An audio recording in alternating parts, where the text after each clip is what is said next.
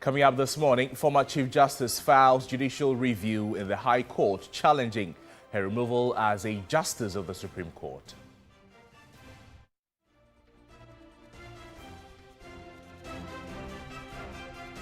Also, electricity consumers direct ECG to block annual losses of 1.6 billion illegal connections instead of asking for tariff increase.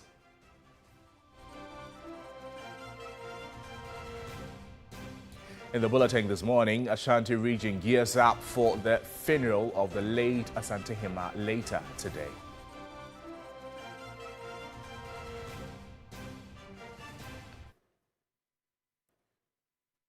Welcome to the program. We're live also on all our social media platforms at TV3 Ghana. Let's start the morning from here. And former Chief Justice Gertrude Tokunu has filed an application challenging her removal by President John Dramani Mahama as Justice of the Supreme Court. She contends that the President's use of the warrant to remove her from the office of the Chief Justice cannot be extended to remove her as a Justice of the Supreme Court. In a motion seeking a judicial review, she's asking the High Court to order as null and unconstitutional the President's use of the removal warrant on September 1 this year, which stripped her of both the office of Chief Justice and as a Justice of the Superior Court of Judicature.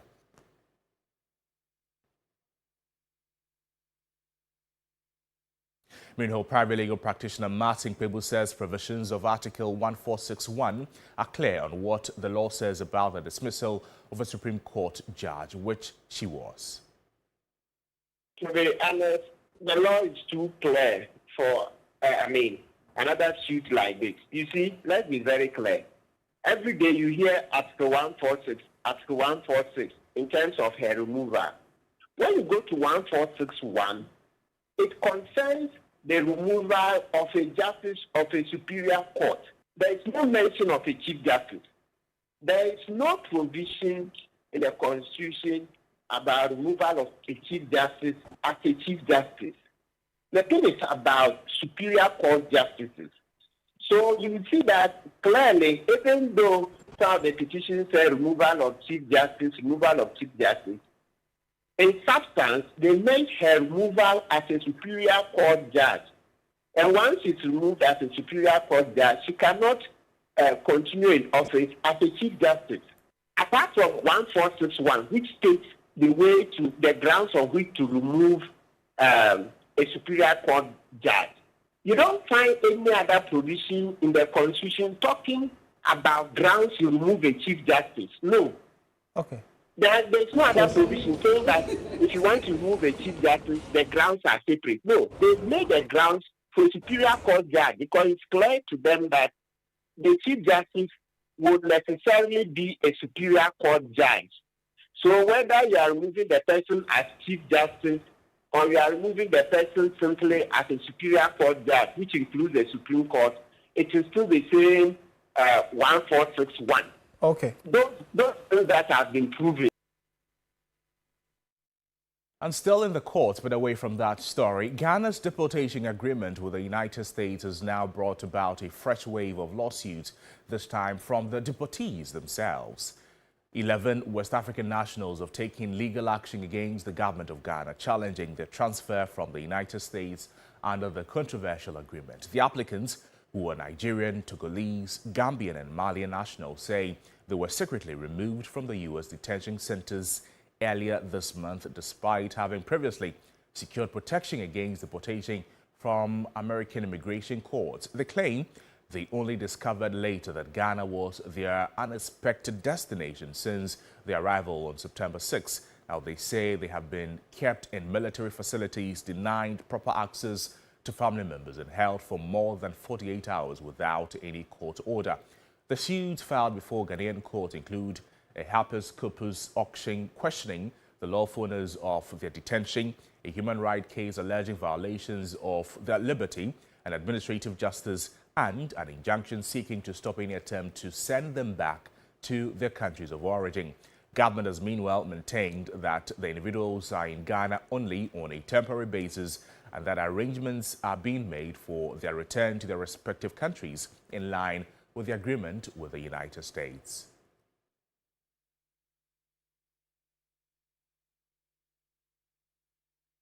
As with some other stories this morning, as Ghana is granting access to all Africans, especially West African nationals, to come and invest, settle and contribute to Ghana in their various capacities. Foreign Affairs Minister Samuel Okudzeto-Ablakwa, on the back of the controversial immigration policies of the US and some European countries, has thrown an invitation to all Africans. The Foreign Affairs Minister was speaking at the 2025 edition of the Diaspora Summit, which is targeting Africans across the world to visit Ghana in December for the summit, which aims to tighten the Pan-African bond. This comes on the back of a recent national debate about why Ghana welcomed 14 deportees from the United States over their immigration status. So we send a clear message to all Africans in the diaspora. Any government that you feel is violating your rights, is maltreating you, and makes you feel unwanted, declares you an alien, and does not want you to feel at home, please know that Ghana is ready to receive you. We are, with open arms, ready at all times to welcome you to our safe, beautiful, and hospitable country. You can always consider Ghana home. For his part, Kofi Ochiri-Daku noted that the invitation thrown to the diasporan community goes beyond remittances. In 2024, remittances alone exceeded 6.4 billion. That's about 6% of our GDP. And in 2025, we're now on course to surpass 6.8 billion. As we speak, it's actually around 6.8 billion before the year ends in terms of remittances coming to Ghana. But the true value of the diaspora lies beyond finance, in the expertise of professionals, the innovation of entrepreneurs, the advocacy that connects Ghana to the world stage, spotlighting Ghana as a hub of innovation. At the Diaspora Affairs Office, our 2025 mandate is very simple: build bridges and break barriers. The theme for the 2025 Diaspora Summit is Resetting Ghana, the diaspora as the 17th region. And now, President John Dramani Mahama has reposed confidence in local contractors to perfectly execute the big push agenda that will drive local content and create jobs for the youth. Breaking the grounds for the commencement of the big push infrastructure drive, there is mounting pressure from the president, who has indicated his willingness to be personally involved in the monitoring the execution of all big push projects, with a priority to Ghana local contractors. The Dowenya-Afienya Road for years has been an albatross on the neck of residents and commuters on the stretch. During rainy seasons, it remains immotorable. President Mahama, after several promises by the past administration, fulfilled a long pledge to the people by formally cutting the sword for another set of work in the Greater Accra region under the Big Push Initiative. The Big Push Initiative entailing the reconstruction of a critical 24.8-kilometer Dodowa-Afienya-Dowenya Road. The project involves the reconstruction of the 24.8-kilometer main corridor along with 3 kilometers of selected town roads along the route. Upon completion, the project is expected to significantly improve traffic flow, ease the burden on commuters and motorists, and drastically reduce travel time in the area, thereby boosting economic activity. The president has thrown his executive weight behind the contractor Oswell Investment, one of the few contractors who has remained on site despite government indebtedness to him. Now, the contractor on this road, as I said, is Oswell Investments Limited. And I can say with my hand on my heart that he is one of our best local contractors. We also have the ongoing Adenta Dodowa Road dualization. We have captured that under the big push. I think that's one of Oswald's projects too, Adenta Dodowa Road. The good thing is he works with speed. He works very fast, but he doesn't compromise quality. And so I want to assure the people of Dodowa-Afienya-Dowenya that you have on your road one of the best Ghanaian contractors doing your road. Firm conviction of using modern technology and working to schedule, Oswell Investment Limited, says there is no room for failure from the local contractors. The project is to last not more than 24 months non-renewable, the president had intimated. Komla Kluche, TV3 News, Afienya. And now from the road to the rail line, Minister for Transport Joseph Nikwe has announced that the Tema-Mpakadan rail line will begin operations from October this year after the coach was involved in an accident during the first test drive. A second test drive was completed yesterday. Minister of Transport announced this when he took his turn at the Government Accountability Series at the Presidency in Accra. We have done test run on the Tema to Mpakadan rail line, and it ended yesterday. And so by 1st October, God willing, we will start the first operations from Tema to Mpakadan. We are finished with the test runs and everything is set for us to start operations from Tema to Mpakadan. So 1st October, maybe with our first trip, we will invite all of you to witness how that rollout will take place.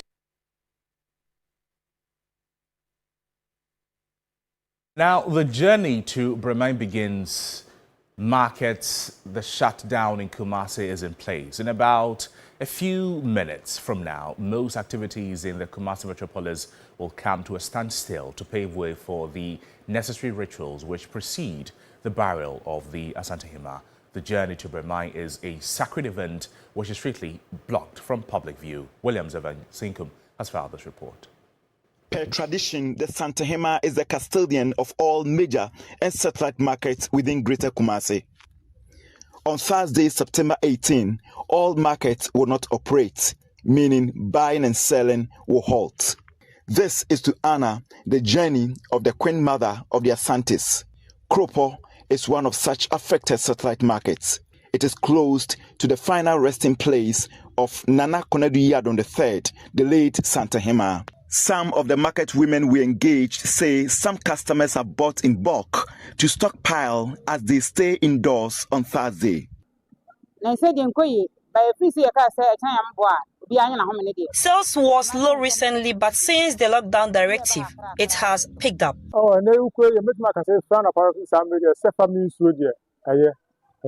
I have made sales today. Demand for water has been high on customers' scale of preference. The body of the Queen Mother will travel about 7 kilometers from the Mensha Palace to here, Breman, the Royal Cemetery. A sacred ritual which is blocked from public viewing. Away from that, a 30-year-old Ghanaian TikToker has been jailed for threatening to kill the president, members of parliament and other government officials. David Affle, who describes himself as Kwame Nkrumah II, was convicted on his own plea and given a 7-month jail term by an Accra Circuit Court. According to the prosecution, David Affle on August 31 posted a video on social media platform TikTok threatening to end the lives of all government officials and destroy diplomatic vehicles. He was subsequently arrested on September 13 and arraigned before the Circuit Court. The 30-year-old porter from Kaswa was charged with threat of death and offensive conduct to the breach of peace. In court on Wednesday, September 17, the accused pleaded guilty to offensive conduct but not guilty to threat of death. The prosecution, led by Inspector Abel Amane, then prayed the court to punish him, describing the rate at which the youth are using social media as alarming and threat to national security. The prosecution further pleaded with the court for an order to get the National Communication Authority and the accused person to delete the video from the internet. In his closing statement, David Affle, who had no legal representation, prayed for forgiveness, adding that he was not aware of what he was saying. In sentencing the accused person, the presiding judge, Jojo Amwa-Hagan, took cognizance of the fact that he did not waste the court's time and is a first-time offender. David Affle was sentenced to 7 months imprisonment. The judge further ordered the police to supervise the deletion of the viral video. Lord Edwasari, TV3 News. Away from that, the Electricity Company of Ghana makes annual losses of 1.6 billion cedis to illegal connections. Challenges like this is what customers expect the power distributor to manage before asking for an increment in tariff. The Accra public hearing for the 2025-2030 major tariff review, the agitated customers described ECG's proposed 224% increment in its distribution service charge as totally flawed. George Craning has more here. As you are aware, utility service providers have tabled their proposals to the PURC. The current stage now is that consumers are being given the opportunity to engage one-on-one with these providers to ensure they explain in simple but relatable terms these proposals. And for the PURC, a major challenge is balancing the interests of consumers and that of the service providers. We are balancing the two and also taking care of the interests of the very poor through what we call the lifeliners and ensuring that the consumer, the utility providers, and then the extremely vulnerable people in the community are all taken care of in this tariff decision-making process. For some consumers, the approval for ECG should be put on hold until they do their homework well. I think for ECG's proposal, it's flawed. We do not have to accept that one until we get good service from them. When you call them and they are to attend to things for you, they'll be giving you excuses. We are at PS Global. We are at this place. You get to PS Global, and people at PS Global also complain that when they call ECG workers to attend to them, they tell them that they are in court. And you want an increment? No. We've suffered for long. They have not been fair. These meter issues is everywhere. People apply for meters, and you pay, and you have to go and come, go and come, go and come. Somebody in there is saying that she paid 9,000 cedis for a single phase meter. But the correct charge is supposed to be 1,300 cedis. So it means that they are cheating us. Where is that money going to? I think half is okay, or 50% is okay. But the ECG is appealing to the PURC to approve their proposal to ensure they remain viable. We may have to take the opportunity to explain to them the basis of our proposal. And I believe that once we are able to explain to them, they will bear with us. Illegal connection is something that we are applying all resources to address. Let me also take this opportunity to announce to the public that we still have 6% incentive to any body that inform us concerning illegal connection.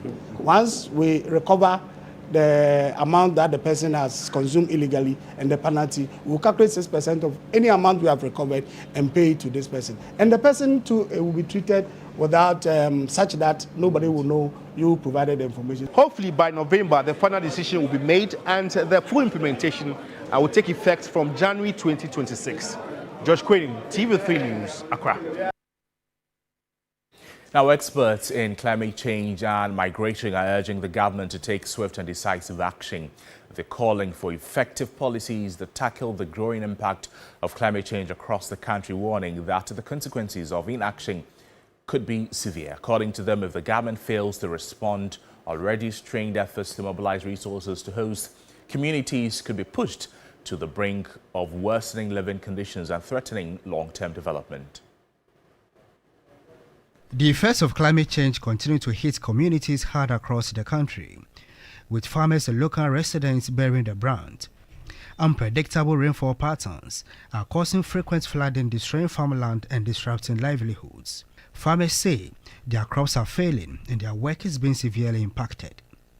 Despite various government policies, many experts believe the country is still far from addressing the root causes and long-term effects of climate change. Currently, there's a funding gap of over $200 million, a major hurdle in implementing climate resilience programs. Climate change and migration experts are now urging the government to step up its investment.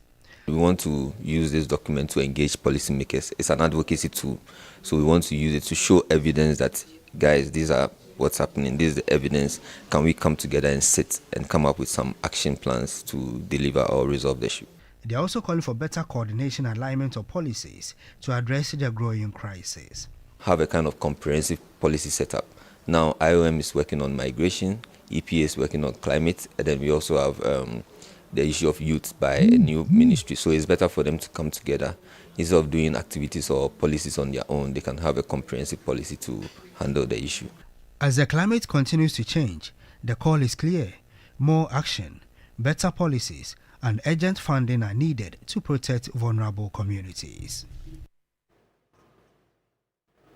That's our package for you this morning, but there's always more news on our website, 3news.com. I am Noble Crosby, and a new day continues after this. Stay with us and have a great morning.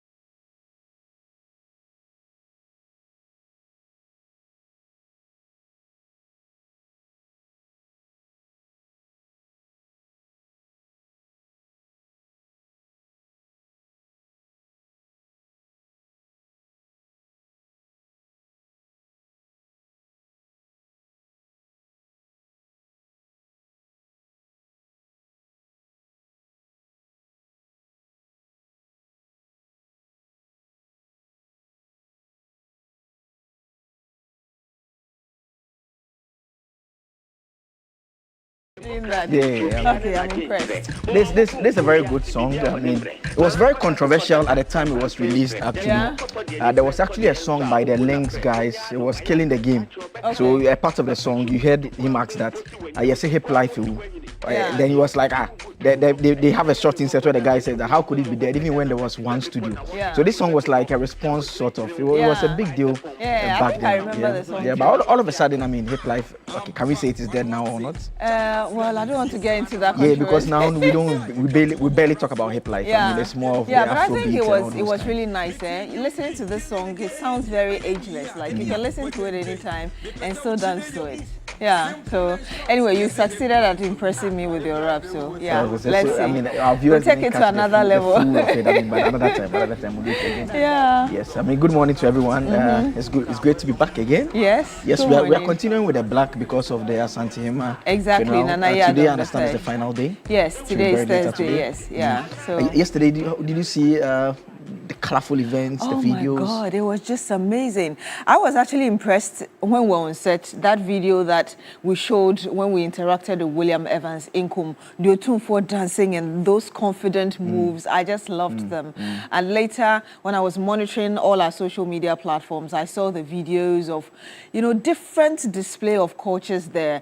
The dressing, even there was a man who, I don't know, he had this black powder, whatever, on him, and he had a foul that he was. That's the brafo. That's the brafo. Oh, yeah. I see. Yes. They are okay. The song we had, there was a brafo in it. Yes. The brafos are the executioners. Okay. Yes. We don't know if they still do that, but there's actually a video of that man. Yeah. Today they are saying that around the burial period, no one should go out, and he was warning that. Yeah. And I think yesterday I saw that story. Yeah, he was warning. Yeah, exactly. That's the brafo. That's the brafo. He had the knives. That's why he had the knives. Yeah, it was quite. That kind of fearful, aura around the person. Quite interesting. I also saw another man on a horse. The horse was dancing the adua. Are you kidding? Yes. I'll find the video and show you. Oh. The horse was moving in a certain way, then the horse lifts. It was beautiful. I think it's been a beautiful ceremony. I mean, it's a painful time for the Asante Hene, certainly, we must say, but all in all, the culture has been put together, preserved for so long. Oh, that's your video, your favorite video on the screen. Yes.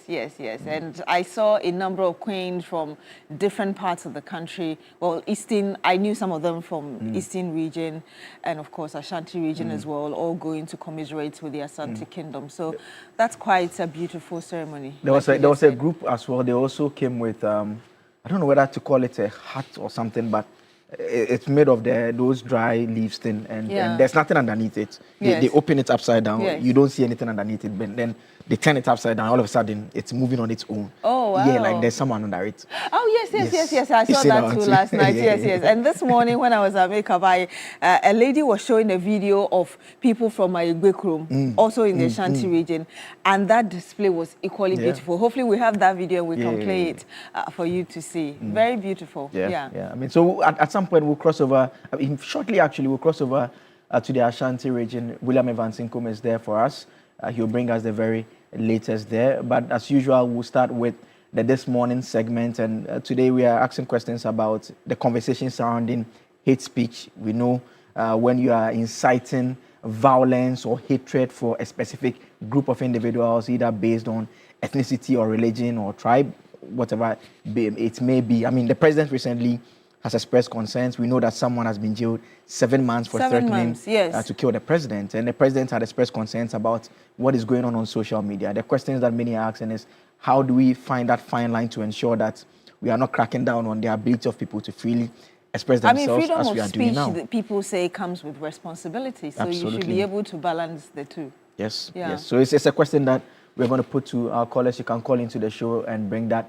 But a bit later on, Beatrice will be joined by a number of individuals on the big issue. Yes. The CJ removal issues. The CJ removal. The CJ has gone to court again. Okay. So we would want to delve into her grounds and really what she's presenting to the High Court against her removal. So we would want to go into that, as well as another big conversation happening. Oh, the individuals that we received.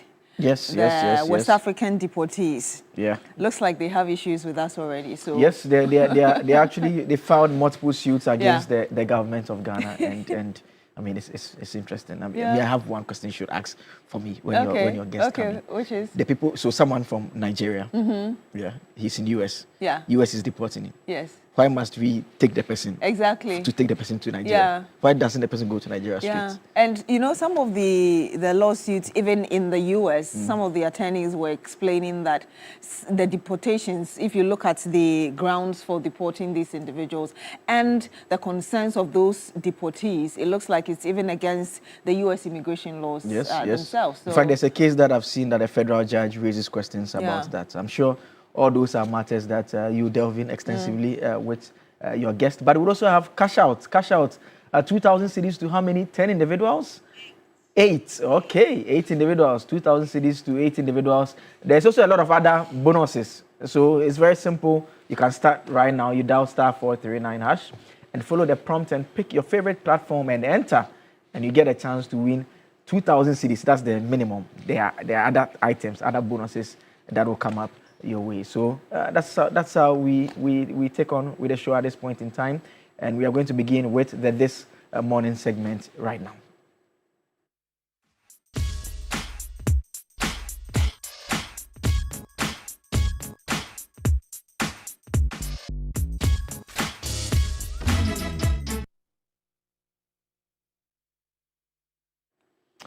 Right, so you can now call in and share your views with us on this particular subject of hate speech.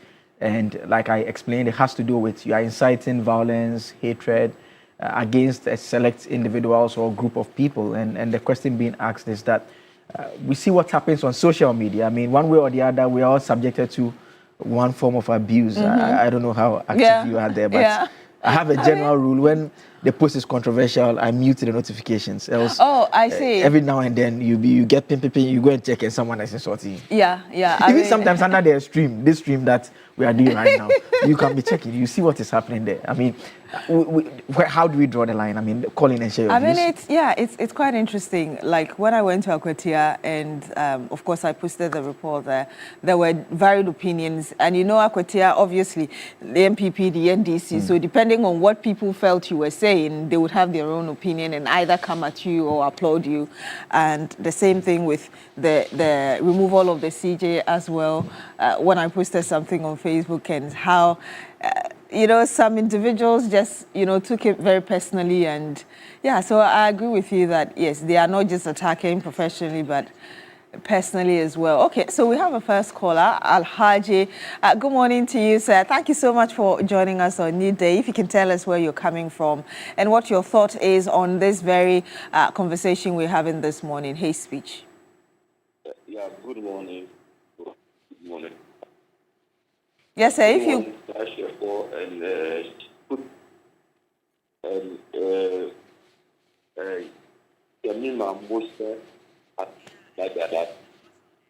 and chairman of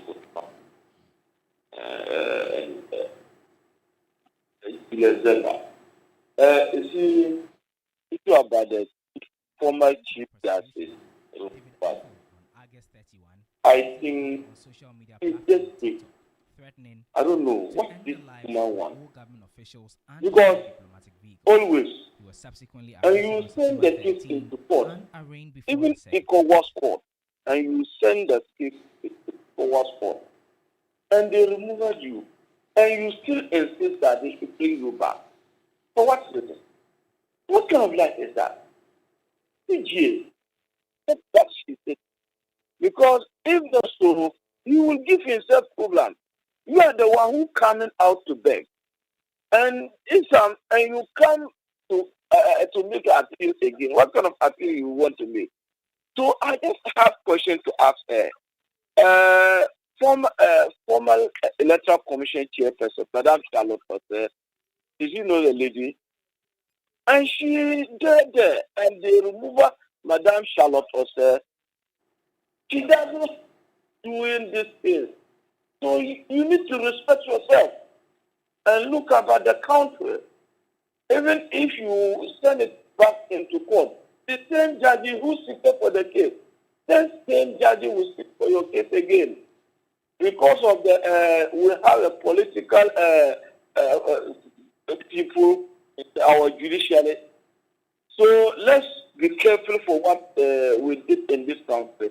If not so, we always talk.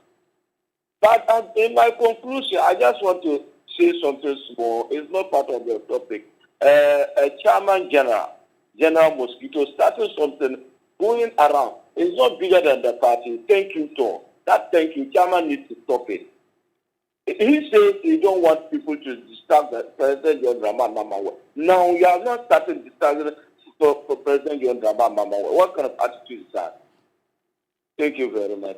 Thank you very much, Alhaji. Alhaji has a lot on his chest this morning. Yeah. The CJ, and he seems to have some strong words. And even for his, well, I don't know whether he's a member of the NDC. I didn't hear him say that. But no, I didn't hear him say that. Yes, he's obviously not happy with what General Mosquito is doing, the chairman of the governing NDC. So, yes, so call in and share your views with us. What's on your heart? I mean, hate speech is what we are talking about this morning. And the president made a point very clear that he says we have the technology to be able to track your IP address, locate you. Because you have data, you may think you are hiding in some little part of the country or in some nice apartments, high-rise building somewhere else, and you are capable of just saying whatever you want to say. And the question that the president was actually asked was various accounts that have been created in the last couple of months, which appear to be pushing certain ethnocentric sentiments and making certain tribes look lower or inferior, and all those matters are things that, I mean, the president says are issues of concern, and then wants some tighter regulation to bring it into a certain legal framework to make it much easier. But I mean, those are all aspects of the conversation that needs to be had, because the challenge would always be the fact that it may be abused by parties in power, by going after opponents who simply say things that they do not like. And that is the fear that many people have. Yeah, indeed. And I want us to go to the Ashanti region very briefly. William Evans Incoom. Okay, so William Evans Incoom will be joining us very shortly. And I think we were earlier talking about that funeral, the rites, ending today, and what we've seen so far, and a number of people getting to Ashanti region to pay their last respect, as it were. Again, this morning, I saw bigwigs of the opposition NPP as well in the Ashanti region, obviously all clothed in black because of the nature of this ceremony currently being held, which will be drawn to a close today. William Evans Incoom is joining us now via video call. William, this celebration ends today. Just tell us what's happening this morning leading to the closure of this event. All right, so as you rightly said, this event is ending today. So today we are going to see the transition of Santahima from Mensha Palace to Breman as tradition demands. I mean, it's a rite that is sacred. So there's going to be a lot of rituals. I mean, from 10 p.m.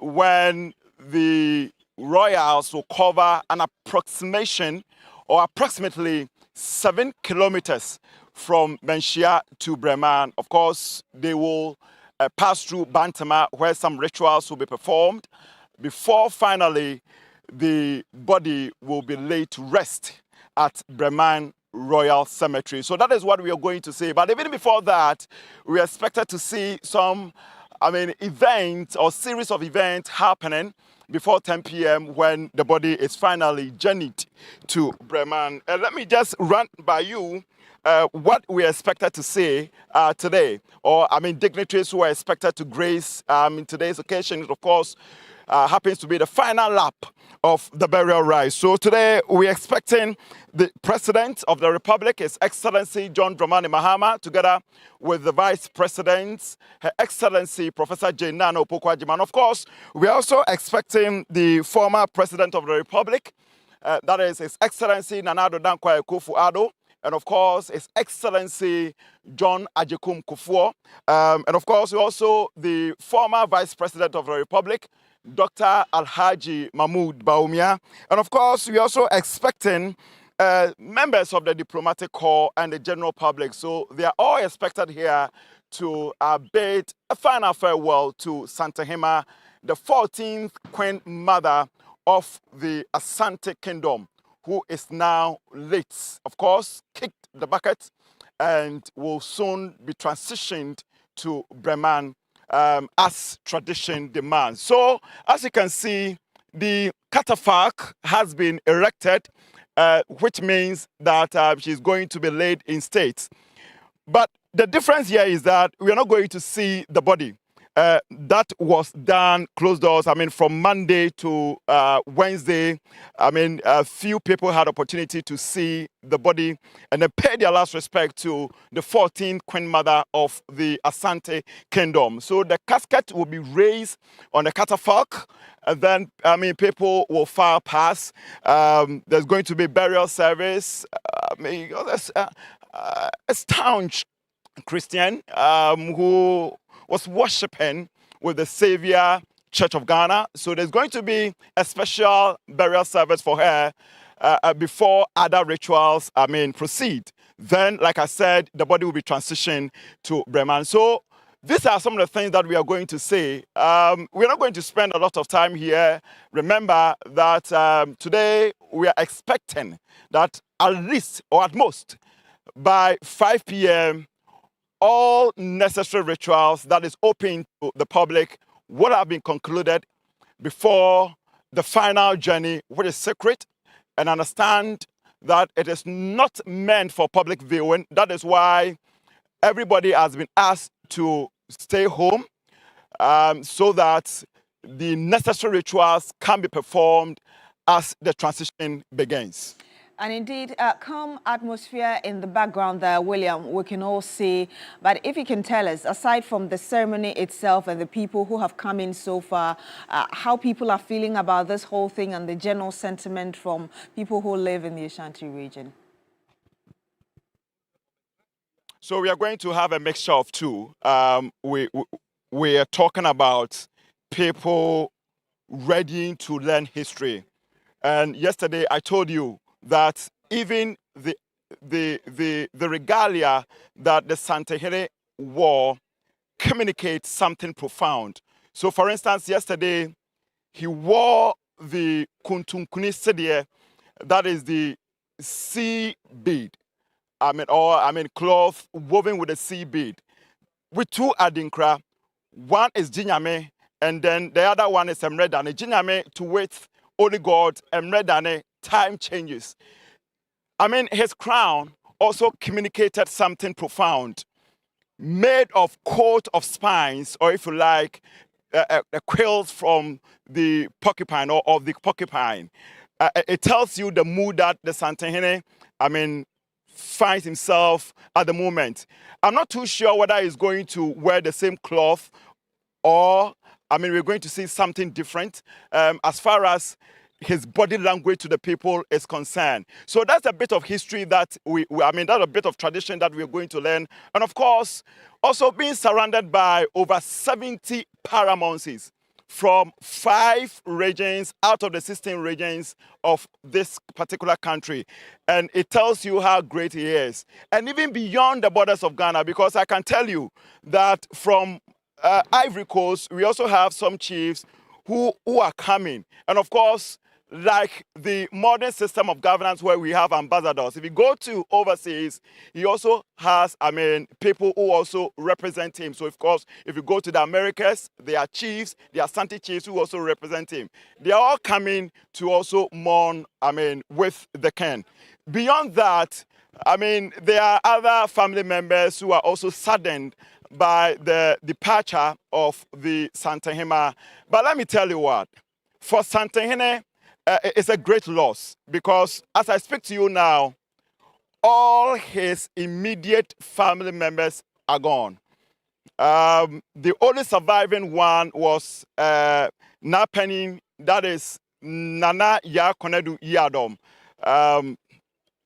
The Santahene, she's also gone. So ordinarily, you will define Santahene in its current state as an orphan. But what gives him that level of morale, what gives him that level of hope is the thousands, over hundreds or millions of people who are serving him as the king of the Asante land. So there's a lot to be learned today, and there's a lot that we're going to also learn as far as events as they pan out from the Venture Palace is concerned. Even where I am, there's a bit of history. But hey, I know that we're going to have an extensive coverage, and we're going to tell you all that you need to know as far as this particular event is concerned. Indeed, in the course of the day. But William, before you go, you talked about that high-profile personalities coming in today, the president and former president and the vice president as well.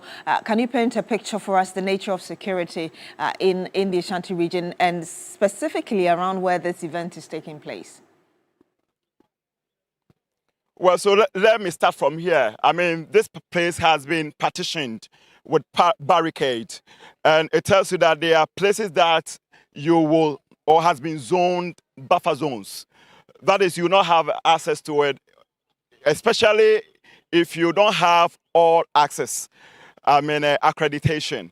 So, I mean, for us, we have some, and then there are few people who also have the opportunity to also go mount on that particular stage and then also greet the Santehene as tradition demands. And it follows some level of security protocols. Now behind me, or behind this barricade, we are going to see a line of paramount chiefs who also serve under the Santehene. And if we are talking tradition, this is the Nifa Foku. That is the name for the very distinguished chiefs who will be lined up here. So, for instance, we have the Manson Kwantan Hene, the Totroson Hene, the Brekum Hene, and that is the Bono region, Huidiem, and what have you. Then on my left, we have the Benkun Foku, and of course, they are also paramount chiefs coming from other traditional jurisdictions. They will also be here, but you are only allowed here, I'm talking about this particular inner perimeter, when you have a particular job to do, or especially when you have that opportunity to greet the Santehene. That's the only time you have that opportunity to move around where I am currently. Said earlier that people have been asked to stay home, but can you tell us the traffic situation in the metropolis? Well, it looks like a holiday. There's not much of an activity going on as far as town is concerned. Security is still high. In as much as people are observing tradition, Menshia, we understand, is also mindful of the fact that people will also not use unscrupulous people, will also not steal the opportunity to perpetrate illegality or, embark on any criminal activity. So security is high as people even observe tradition. But there are other essential service providers who have been expunged from the list of people who are supposed to stay at home. For instance, government workers, they are still at post, but you have to wear your identity card to show that indeed you work for a particular institution that also require some level of essential service. Yeah, so that is it. Of course, food vendors. But for all major market or satellite markets.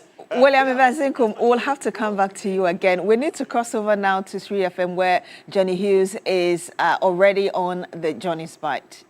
590-162. And also big shouts to all the hardworking Ghanaian people, who are making sure that we're getting the economy back on track, that we're making sure that we're working so hard.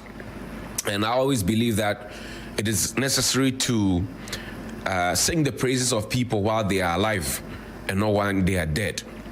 The managing director of the Agricultural Development Bank is one of such people who is doing some great work. Mr. Edward Atusapon doing some good work leading the team. and you can clearly tell that the outlook and the output at the Agricultural Development Bank. Can we get this photo, please? At the Agricultural Development Bank is the fortunes of the bank are turning around, and I want to celebrate Mr. Edward Atusapon this morning as we give him his flowers. Also, this morning we want to celebrate. Yes, that's Mr. Atusapon's photo. Please put Mr. Atusapon's photo on air for us so that we can celebrate him. Mr. Edward Atusapon of the Agricultural Development Bank. This morning we are giving your flowers, and I'm giving him his flowers because we have seen in the not so distant past a lot of state-owned enterprises, lots of state-owned enterprises that have been literally run down. But he is changing the story at the Agricultural Development Bank, and I thought that this morning we should celebrate him and the rest of his team who work with him to make sure that things are looking good at the ADB.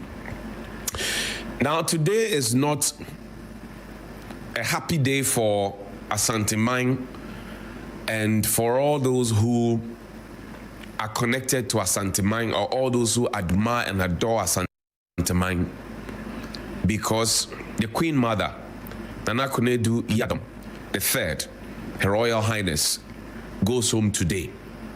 And I ought to say that the funeral has been so well organized. And today, for example, as Nana goes home, there are some directives. So I'd shall like to share with you. Now, this is from the Mensha Palace. It's from the Funeral Planning Committee. And it says, Dotiye, Nana Konadu Yadom III, Asante Hema, in 1927 to 2025. Public announcement. Mensha Palace hereby reminds all chiefs, traditional leaders, and members attending the final funeral rites, Dotiye, of Nana Konadu Yadom, Asante Hema, on the 18th of September 2025, of the following directives. Live ammunition. The use of live ammunition is strictly prohibited, and we've been talking about it here. So I'm happy that this directive is not coming from the Small Arms and Weapons Commission led by Dr. Adam Bona and supported by my good friend Reverend Carl Nianyetesoa. But the Asante Hene and his team at Mensha are leading this, that the use of live ammunition is strictly prohibited. We know that they're supposed to use musketry and gunpowder of a certain power, and not to use live ammunition. So if you take it there, as they say in the barracks, wara ujijiriji. Musketry. Firing of muskets is allowed only when directed towards the sky, not at any person or the ground. Firing of muskets is allowed only when directed towards the sky, not at any person or the ground. And we have seen how people have lost their lives in recent time because we used live ammunition and we were not very careful. Compliance. Anyone found violating these rules will be arrested and subjected to appropriate legal action. All attendees are urged to strictly adhere to these regulations to ensure a safe and orderly burial ceremony signed by the Funeral Planning Committee. And this is a mark of leadership. Another mark of leadership is something that we got from the Ashanti Regional Coordinating Council from yesterday, and it's a public announcement. It reads, the Ashanti Regional Coordinating Council, in line with directives issued by the Mensha Palace and as part of the funeral and burial arrangements of the late Asante Hema, announces the following. 1. Identification and uniforms. All essential government workers must wear the official service uniforms and carry valid identification cards. You know, there's some restriction of movement. So if you're an essential government worker, you must wear your official uniform and carry a valid identification card. the use of official vehicles. As much as practicable, essential government workers should commute to and from their duty stations in official government vehicles. 3. Compliance with movement restrictions. All exempted institutions and essential workers are advised to cooperate fully with security personnel and other regulatory agencies enforcing the movement restrictions. The Ashanti Regional Coordinating Council appreciates the cooperation of all stakeholders in ensuring a smooth and dignified observance of the funeral and burial arrangement of the late Asante Hima. Honorable Dr. Frank Amakohene is the Ashanti Regional Minister, and these are the directives that you have. So again, it is in your own interest, if you're within the Ashanti region, to know that you cannot do some of the things that you may want to do.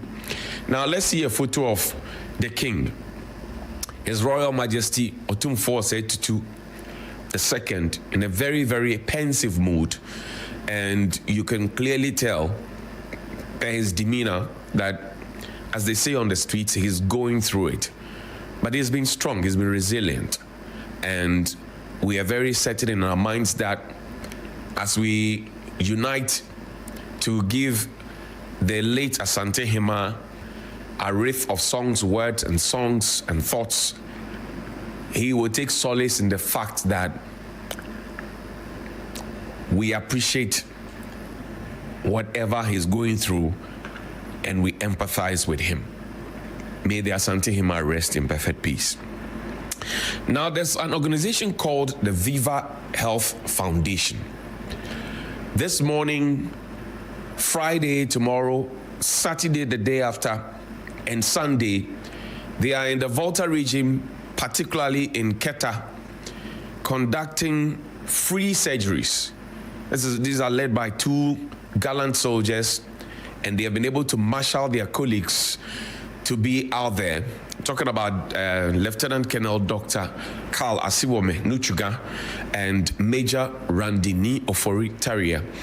And all the other soldiers who are joining them, all the other civilian staff who are joining them and volunteering. They've been doing this for a couple of times now, a number of years now. So these are happy people who got free health screening from them, and they got some medication as well by the kind donation of private citizens and some companies that united with them. So that's the team there. You see a nucleus of the team, right? There's quite a big team, and they will be in the Volta region this morning as we speak. And we love to see things like this. We love to see people help. They're going to do what? Hernia surgeries. They're going to do goiter. They're going to do thyroid. They mentioned a couple of them that they are going to do, and they are going to do it to the best of their ability. So, gentlemen, congratulations to you and well done, as they say, and thank you. Now, there are the highs and lows of the government that we thought as a media house you should know about. And per our research desk, Wisdom Safo and the team, Enoch and the team, were able to put this together so you can get a sense of how the government that you queued to go and vote for, who is supposed to be the government that's supposed to be working for you and not to be lording itself over you, is performing. And we want to continue this. Ghana's economy at a glance as of September 2025. And we've been complaining about the economy. Now, highs and lows you need to know. Number 1, the interest rate of the 91-day Treasury bill has decreased from 28% in January 2025 to 10% in August of 2025. The interest rate on the 91-day Treasury bill has decreased from 28% in January 2025 to 10% in August 2025. 2, out of every 5 loans issued by banks, 1 is not being repaid.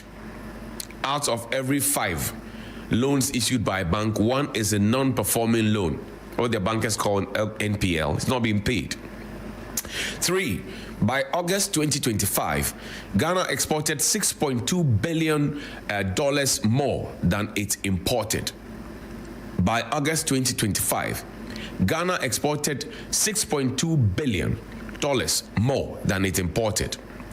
And 4, last but not least, cocoa prices have fallen by 25% this year, dropping from $11,141 per ton in January to about $8,074 per ton in August. This credited to the Bank of Ghana and also to us, because we also had to do our checks to confirm these things.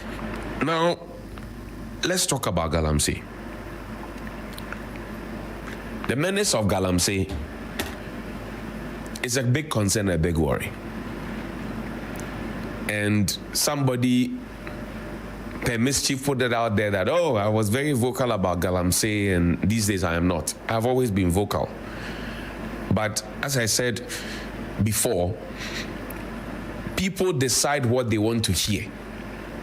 So even if you say it, there have been times when my friends who are politicians will come and say, hey, today they said you the way you insulted. I said, how did I insult you? I'm only asking the questions. I'm only asking the questions. I listened to a tape where a woman at the market made so much sense that I am tempted to repeat her words in English or paraphrase. She said, no soldier, no government can solve Galamsey. The people who can solve Galamsey are the chiefs, because the chiefs know their jurisdictions. And the soldiers and the policemen and what have you, Blue Water Guard, name them, they don't know the extent of their jurisdiction. So if we really want to fight Galamsey, we should put it on the laps of the chiefs, so that even those who are complicit would know how to fight Galamsey. And the reason is simple. She said when you drive towards the eastern region and you're heading towards the Ashanti region, through the eastern region towards the Ashanti region, you will see chamfans right by this roadside being advertised for sale. And these chamfans are the ones that are sitting at the heart of the rivers and destroying our water bodies. These chamfans are seated right at the heart of these rivers, and they are messing up everything for us. Yet we drive past the chamfans, which largely are manufactured here, and she's suggesting that, look, why don't you start burning those chamfans before they make their way into the bushes? Why don't you burn those chamfans that come through the port? Because apart from Galamsey, chamfans are not used for anything. So she made a lot of sense. And I support it. That's why I said most of the sense that we need in this country is on the streets. It's not book long. I am not sure that she has a degree, no. But she spoke a lot of sense. And I think that the people who are claiming to fight Galamsey or are attempting to fight Galamsey must be able to do this. There are a few Galamsey videos. Let's put them out there so people can appreciate the Ministry of Lands and Natural Resources. They've been able to destroy this Galamsey site. And we see that every now and then. What we do not pay, so that's somebody on a chamfan. And these things, you see them. I've seen some parked at Inyinem. I've seen some parked around Osino. You see them by the roadside. And we know. What we have not averted our minds to is that while Ghana Water Company is spending more money, right, to treat the water that you have to drink for you, and Honorable Adam Mutawakilu, good morning to you. Stanley Mate, good morning to you. Honorable Adam Mutawakilu is the Managing Director of the Ghana Water Company Limited. While we spend more money through the Ghana Water Company to try and treat the water that you are drinking now, the mercury, the cyanide, and all of those things that are in the water. We are also spending so much money trying to feed soldiers and police and immigration officers and blue water guard, trying to buy them more ammunition and more arms, trying to maintain them and house them and all of that so they can be in the bush. So we are wasting money in creating the problem. We are wasting money in solving the problem or pretending to be solving the problem. It is a very serious conversation. And people say, oh, but if they stop galamsey, what will people eat? Before they started galamsey, what were they eating? It's just like the market women who always become single mothers. As soon as an assembly decides to do decongestion exercise, every market woman is a single mother and says, as soon as it starts. On other days when there's no decongestion exercise, when you hand the microphone over to them, they say, oh, as for me, my husband, he does this, he does this, he does that. You know what I'm talking about. Some of these soldiers, some of these policemen and immigration people and all of that, even their rent allowances are in arrears. Where to lay their head is a problem. They will be transferred, and sometimes for 6 months, 8 months, sometimes a whole year, they have not received a dime. And we expect that we will continue destroying everything so that a few people, a few greedy criminals will benefit. Look, find me the Osofo's video.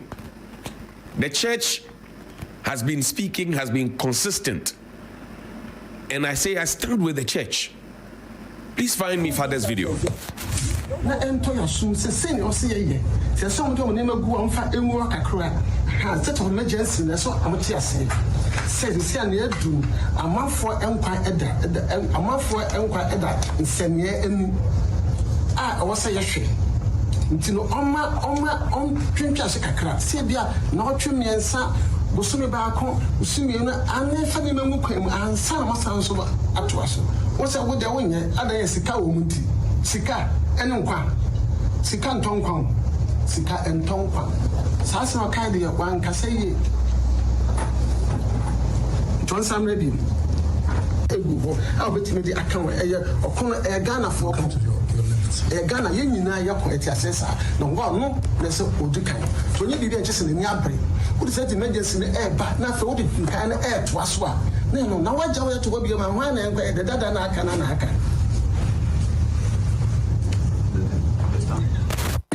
na ento ya sum se sen o se ye se so mo ne magu amfa enwu akakra ha set of emergency na so amti ase se na edu amafo enkwa eda nsenie enu a wo se ye hwe ntino on twintwa se kakra se bia na otwemiensa bosumi baako usumi na ane fa ne mamu kwam ansa na masanso ato aso wo se wo de wonye adan sika wo muti sika enkwa sika ntonkwa sika entonkwa sasa wakadi ya wanka seye. That's the Reverend Father Clement Kwesi J. He's the Secretary General of the Catholic Bishops' Conference. What he said in Chi is that, look, the state of emergency was a promise, and it has to be followed through. And in following through with the state of emergency, we can then complement it with other efforts to fight illegal mining or to combat illegal mining or this rape of nature or the environment. So he vehemently disagrees with those who suggest that it is money, there's money in there and people have to feed, because it says money cannot buy life. So whoever made that statement, whether it be the president or whoever made that statement, he didn't speak well. I've just paraphrased what he said to you. Now, good morning, Mr. President, John Dramani Mahama. Your predecessors were kicked out of office with a very humiliating defeat because they made us all realize that they were not fighting Galamsey. In the beginning, we, the media coalition, led by Togbi engineer Dr. Ken Ashibe, he led us. People like Elvis Darko and the rest were arrested for protesting. Stop Galamsey now. We, the media coalition, we brought that. We were doing our fight. Things were looking up, or beginning to look up. Then the government said that we will include ourselves. So it's not a big deal. It is your job first of all. We have the space. So some of us, if you go back to the tapes from 2017, even before that, if you go back to the tapes, on TV3 Newday, when I was the host of Big Issues and a co-host on TV3 Newday, you find the tapes every morning. On the paper review segment, I spent some time to talk about Stop Galamsey. Go and check. So I didn't start talking about it now. The track record is there. The facts are there. We spent time every morning. Sometimes you put it to the panelists and they will tell you, etc., all these things. Then we started with the cliches and the names and branding and rebranding. Operation Vanguard, Operation Galamstop, Operation Halt 1 and 2, renewed fight against Galamsey. Our cabinet decided that we should not go into the forest reserves to go and mine. That was wisdom. A certain team of ministers left their office and they decided to do the direct opposite. They took a legislative instrument to Parliament to allow for forest reserves to be mined in, and our Parliament sadly passed it. It's a political class also that failed us. Then we set up an interministerial committee against illegal mining, led by the venerable Professor Kwabena Frimpong Boateng, one of the best surgeons the world has ever seen, coming out of Africa and particularly Ghana. He put together a report. In that report, he said almost all the ministers, 10 ministers, 10 cabinet ministers who were supposed to help him to fight Galamsey, almost all of them abandoned the ship, the jump ship. In the second term, when that interministerial committee had been quashed, 3 of those ministers who was part of the situation at the time, trying to be part of the interministerial committee, they were in Western region and Central region, looking over the brown waters and telling everybody that they are now trying to understand the problem that they made us believe they were fighting over the last 4 years. As if that was enough, the president at the time stood on platforms to declare people not guilty. Now, if I am the police and the president who appointed my boss has gone to say that somebody is not guilty, do you expect the police to come and say otherwise? And you know how our country is. So, Mr. President, your predecessor promised to put his presidency. He said, I am determined to put my presidency on the line. Or I'm prepared. In fact, the words he used were, I'm prepared to put my presidency on the line. Was the presidency on the line? You have not made that bold statement. What you have said is that state of emergency, and your people around you at the time during the campaign were the ones championing the state of emergency conversation and mounting pressure on the previous government. So you cannot come into government, please, respectfully, to now be doing slow tactics about what you promised the people. The anger with which Ghanaians voted in the past will be visited on your party if you do not stand firm to end this once and for all.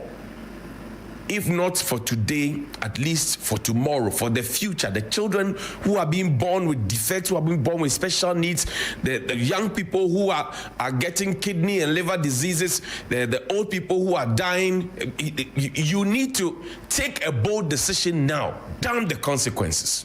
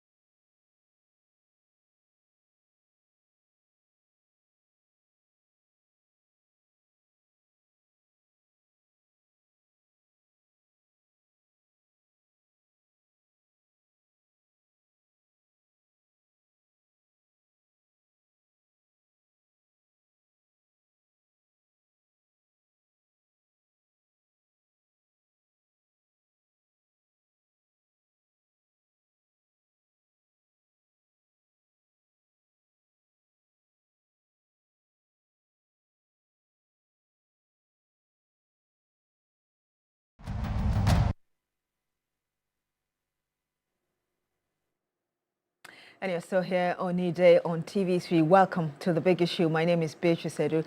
And like we were telling you earlier, today we're going to look into that new suit filed by the dismissed Supreme Court judge and, of course, former CJ Gertrude Arba Isaba Tokonu. This time around, she's at the High Court challenging her removal as a justice of the Supreme Court. I'm sure if you followed the conversation, that dismissal letter, as it were, coming from the presidency, it stated that she had been removed from office as a justice of the Supreme Court as well as a Chief Justice. And so she's challenging the first bit, which is she being removed from office as a justice of the Superior Court. And of course, we'll also be going into that suit again filed by the 11 out of the 14 deportees brought into the country from the US, accusing Ghana of some human rights abuses and other issues they're raising. So we'll be going into all of that. We're privileged to have on the panel with us Nana Yajantra will be joining us very soon. She's a presidential staffer. But right here we have Madam Rodelyn Imoro Ayana, public interest advocate. Good morning to you, ma'am. It's always great to have you here. Great to be here too. Of course, we'll also be joined via video call by Kofi Bento, who is Vice President of Imani Ghana. He's actually on now, but I want to first get the preliminary thought of Madam Ayana here on the Chief Justice, the dismissed Chief Justice, first of all deciding to, again, go to the court to challenge her removal, this time around, not as a CJ, but as a Justice of the Supreme Court. What are your thoughts on it? Good morning to our cherished viewers.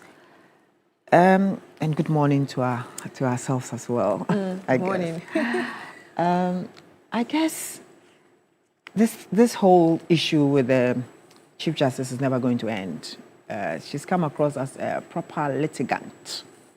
So we should bottle up and actually wait for more suits to come. I'm rather surprised that she would even want to be part of the judiciary right now, or the structure of the Supreme Court. Having read the judgments given by a particular suit that she brought, I think that particular judgment made mention of the fact that whatever decision they were going to have to take before they dismissed, I'm not a lawyer, so it's certainly, difficult. Yes, I'm just trying to put things, yeah. But I quite remember that I read something to the effect that that ruling was going to affect her being CJ and also a member of the Supreme Court. And that judgment threw whatever she brought out. You get me? So already from a suit that you brought from the beginning that they should throw this whole issue out. Yeah. You were made to understand that you're asking even for the case to be thrown out. There was no merit in it. And that whatever view that they had about you being a Chief Justice and at the same time a Supreme Court judge held to that position that you could not even function as both. And they felt that they were going to have to take that decision, even though it was painful and hurtful and everything, but they felt that doing justice to the people of Ghana, they had to take that decision. You had to lose that Supreme Court judge thing. Justice Tokonu, I wish that somebody could tell her that you can't always have everything that you want. You want to come back as a Supreme Court judge. It's a demotion, virtually, because you are Chief Justice. You leave, and then you say, I want to come back. I can still serve as a justice. I don't understand it, because I'm looking at a situation because where... you're the leader of the judiciary, and so that's why you're saying that she coming back as a justice yes, is a demotion. Then you were a leader of a whole structure, and then you decide that now I want to be a subordinate. It doesn't work well. It doesn't sound well. And I'm asking her, if it was her at the helm of affairs as Chief Justice, assuming, and then she, somebody else is brought in that way, would she ever bench that person? Would she ever take that person to sit on any case? You're tainted already. There's nothing that you're going to say that the Ghanaian populace would understand or believe. You understand? You've already tainted your reputation. So the best thing you could have done was to just go home I think she's a wonderful lawyer. You understand? So she could have at least managed to just go, set up, and wait for posterity to judge you. Whether you were maltreated or you were not treated well or whatever it was, Ghanaians will begin to see. But then for you to always want to fight a whole system, and then continuously you are jumping. You have jumped from here. You've even taken it abroad. You've gone to ECOWAS, and you still don't get it. But if you look at the which she submitted and the suit, actually points 16 of her points or her grounds, she talked about she being advised by her counsel and believing that whatever her counsel is telling her is actually the truth. So do I hear you say that you think her lawyers are advising her wrongly? Her lawyers are advising her wrongly. And whatever external friends she has are advising her wrongly. Those same people advised her, you know, to drag on, go to ECOWAS, go to the Commonwealth Lawyers Association, go to whatever association, and she still lost everything, and you are still believing in that lawyer? That lawyer is actually putting you to ridicule.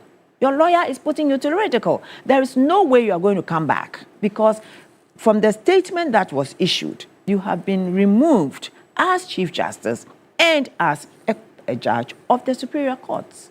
So that's it. Go home. So she should fire her lawyers? You see, I think that right now, she doesn't need to fire them. They know themselves. Maybe she's not paying for any legal fees. Yes, maybe that's why. But you see, I'm looking at a situation where Justice Tokenu herself should be able to sit and think through. She's a Christian. And I am very sure that she knows that sometimes you are taken from one controversy and then raised in another field. I am very sure that she knows that things of this nature, we have seen people being disgraced. We saw Kwame Nkrumah go into jail and come back as president. You understand? So I don't see why she's fighting. Nelson Mandela in South Africa. Exactly. So why can't she just take it in good faith? The position of Supreme Court judge is not something that you can do now, because you have gone to the highest, which is the CJ, the Chief Justice. And I think that Justice Tokenu should take a break. As a woman to another woman, I think she's stressed, she's traumatized, and this whole fight affects you mentally.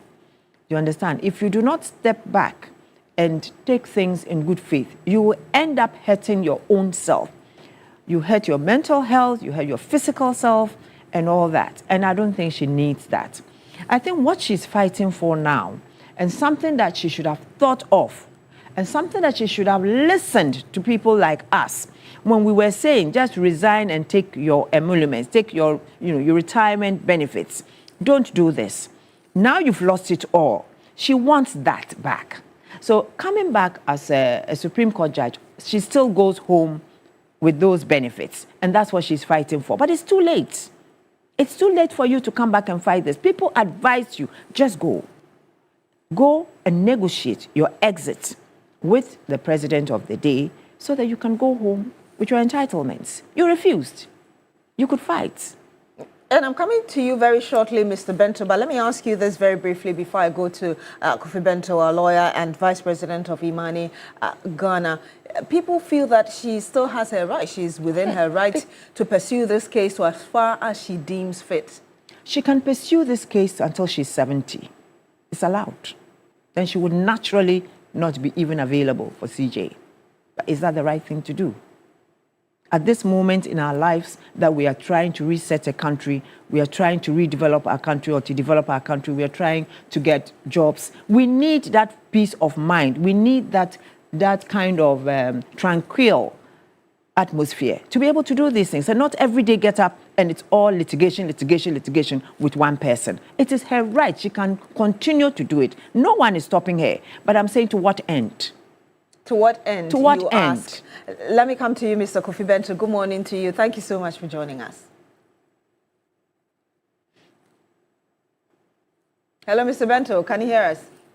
I can hear you. Do you hear me? Great. You were muted earlier. Good morning to you. Thank you so much for joining us on the big issue. Yes. So let me find out from you. I'm sure you heard Madam Ayana there with her argument, and even some cases that have already been decided.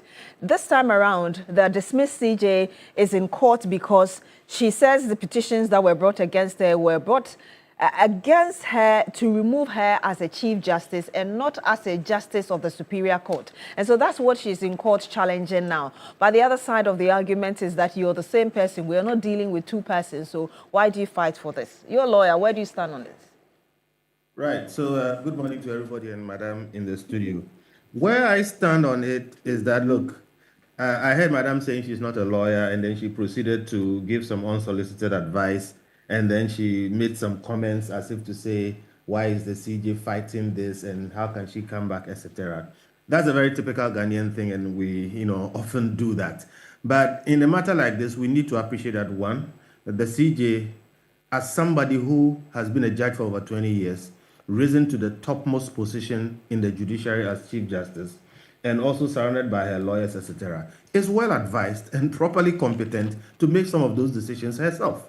So I think that the unsolicited advice is fine, but we should not proceed to make some of these emotionally charged, I don't want to say suggestions, but maybe comments. Mr. Bento, before you continue, you think that whatever Madam Ayana said is rather more of emotions. You've heard even lawyers make that same argument.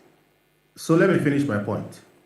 I am saying there is a tendency within the Ghanaian, population for people to give some of these unsolicited advice, as if to say the person does not know what she's doing. And I'm saying that person, she doesn't need to. Madam says she's not a lawyer, but that person who we are talking about rose to the highest position in the judiciary in this country. So please, what I'm saying is that there is a reason why she will do what she's doing. And we should hold her, especially when you clearly express that you don't agree with her and you think she should go home, quote unquote. So please, let's leave it alone. Let the woman make her, decisions, and we can make the commentary and other things that we want to make and leave it there. My point substantially is this. Look, when you say things about, oh, it doesn't work well, it doesn't sound well, it doesn't look well, those are the emotive issues. But there is law, and you don't know, but the fact is that the law is better served when it is tested. And indeed, a lot of the cases and things that we apply happen because people rose up to test the law, and then better, explanations were given of the law. All right? It was laid out better. It was clarified better. Today, a lot of the cases or a lot of the situations we refer to are from the Ejechum case.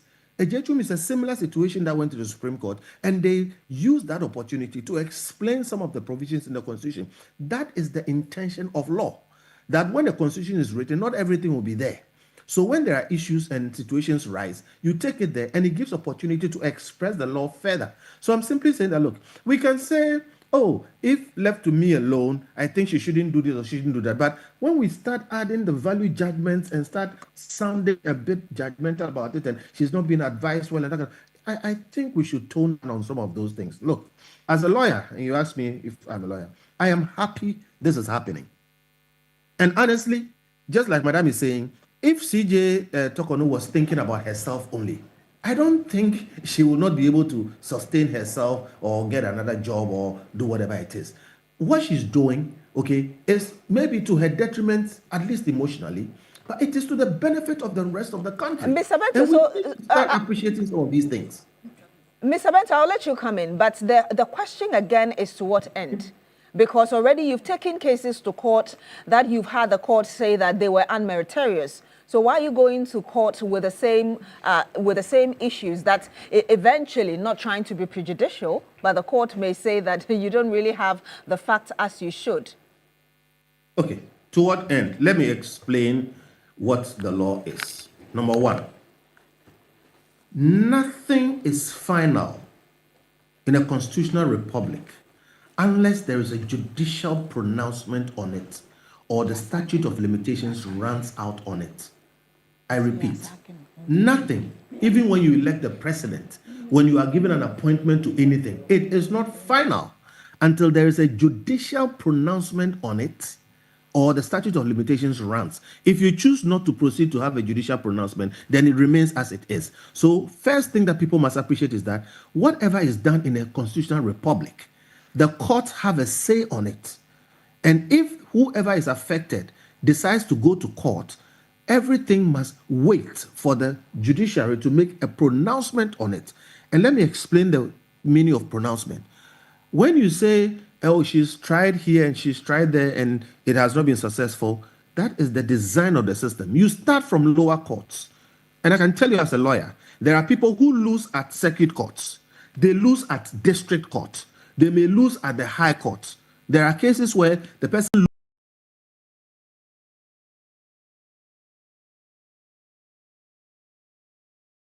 they lose at the appeals court, they go to the Supreme Court, and then they win. I can give you some of these cases, but I don't think it's necessary. But just take this from me. You can lose every way down the line and win at the Supreme Court. And even at the Supreme Court, there can be a review that can change some aspects of what has happened in the Supreme Court itself. In fact, the Supreme Court can depart from its own judgment in an earlier ruling. So please, let's get this right. This is the kind of system that we run. The fact that she's lost in an earlier situation does not mean it has run out. And until the judiciary makes a final pronouncement, it is not done. So that is why this is necessary. Let her get through and use all the resources available to her. It means that you dismiss even the argument of senior lawyers who have said that we are dealing with the same person. If you're removed as a CJ, you're removed equally as a justice of the Supreme Court. I will not use the word dismiss senior lawyers. Listen, again, when you go to court, you may be coming up against somebody who is 20 years senior to you at the bar, but you, that person. The point that must be made clear is that she has not exhausted the judicial remedies available to her. And to that extent, leave her alone to exhaust them. Those who have said the things that you are saying have expressed their opinions. And their opinion may well be the opinion of the Supreme Court. But until that is done, the Supreme Court is the place where the final opinions are given. So to this point, they have expressed their opinions. I have my opinions about the things that she's saying. And like I said from the beginning, if for nothing at all, this helps give the Supreme Court an opportunity to express itself on some of the matters that she's raising. And I'm telling you, some of the matters have very, very serious merits in the law and in reason. There's a lot of merit to it. But I'll leave the merit to the Supreme Court justices to do. So all the people giving advice and everything, it's all nice and well, but they shouldn't pretend that the woman is doing something which is improper. They shouldn't pretend that the woman doesn't know what she's doing. They shouldn't pretend that she's fighting for something she's already lost. It is not done until the final pronouncements are made. And that woman is supremely competent to make her decisions. And you said people can advise her, but they should please tone down. They should tone down. You said that she has not exhausted the procedure in Ghana, yet she found it necessary to go to the ECOWAS court and now has decided to come back. How do you explain that? Because all of that is part of the process. She is entitled to go to the ECOWAS court. She went, she got her response, and she's back. That did not foreclose her from continuing to use the processes in Ghana. Again, there are laws, and until you come into contact with them, you don't appreciate them very well. But yes, a person, she's not the only person who went to the ECOWAS court. A number of people have gone to the ECOWAS court. You can go there and come back. There are aspects that can go to different kinds of courts. There is international law, and there are laws that are binding on Ghana. So, you see, we all have to learn. You never know what you are going to come up against in the future and what will affect you or somebody close to you. And so when you see some of these things happening, just learn. If you see that, oh, she went to the ECOWAS court, she's back. It doesn't matter what kind of response that she got. It tells you that maybe in certain cases that you might be confronted with in future, you may also be able to go to the ECOWAS court. And there's a reason why that court was formed. When you have a government that is set against you, and you have a situation where the judiciary is also more or less set against you. You have a situation where all the organs of state seem to be set against you because of the overwhelming power of the presidency. Sometimes your only recourse will be to go to places like ECOWAS, Commonwealth, or other places like that. So look, we all should tone down again. Let us learn. She has put herself up to test the systems to their full extent.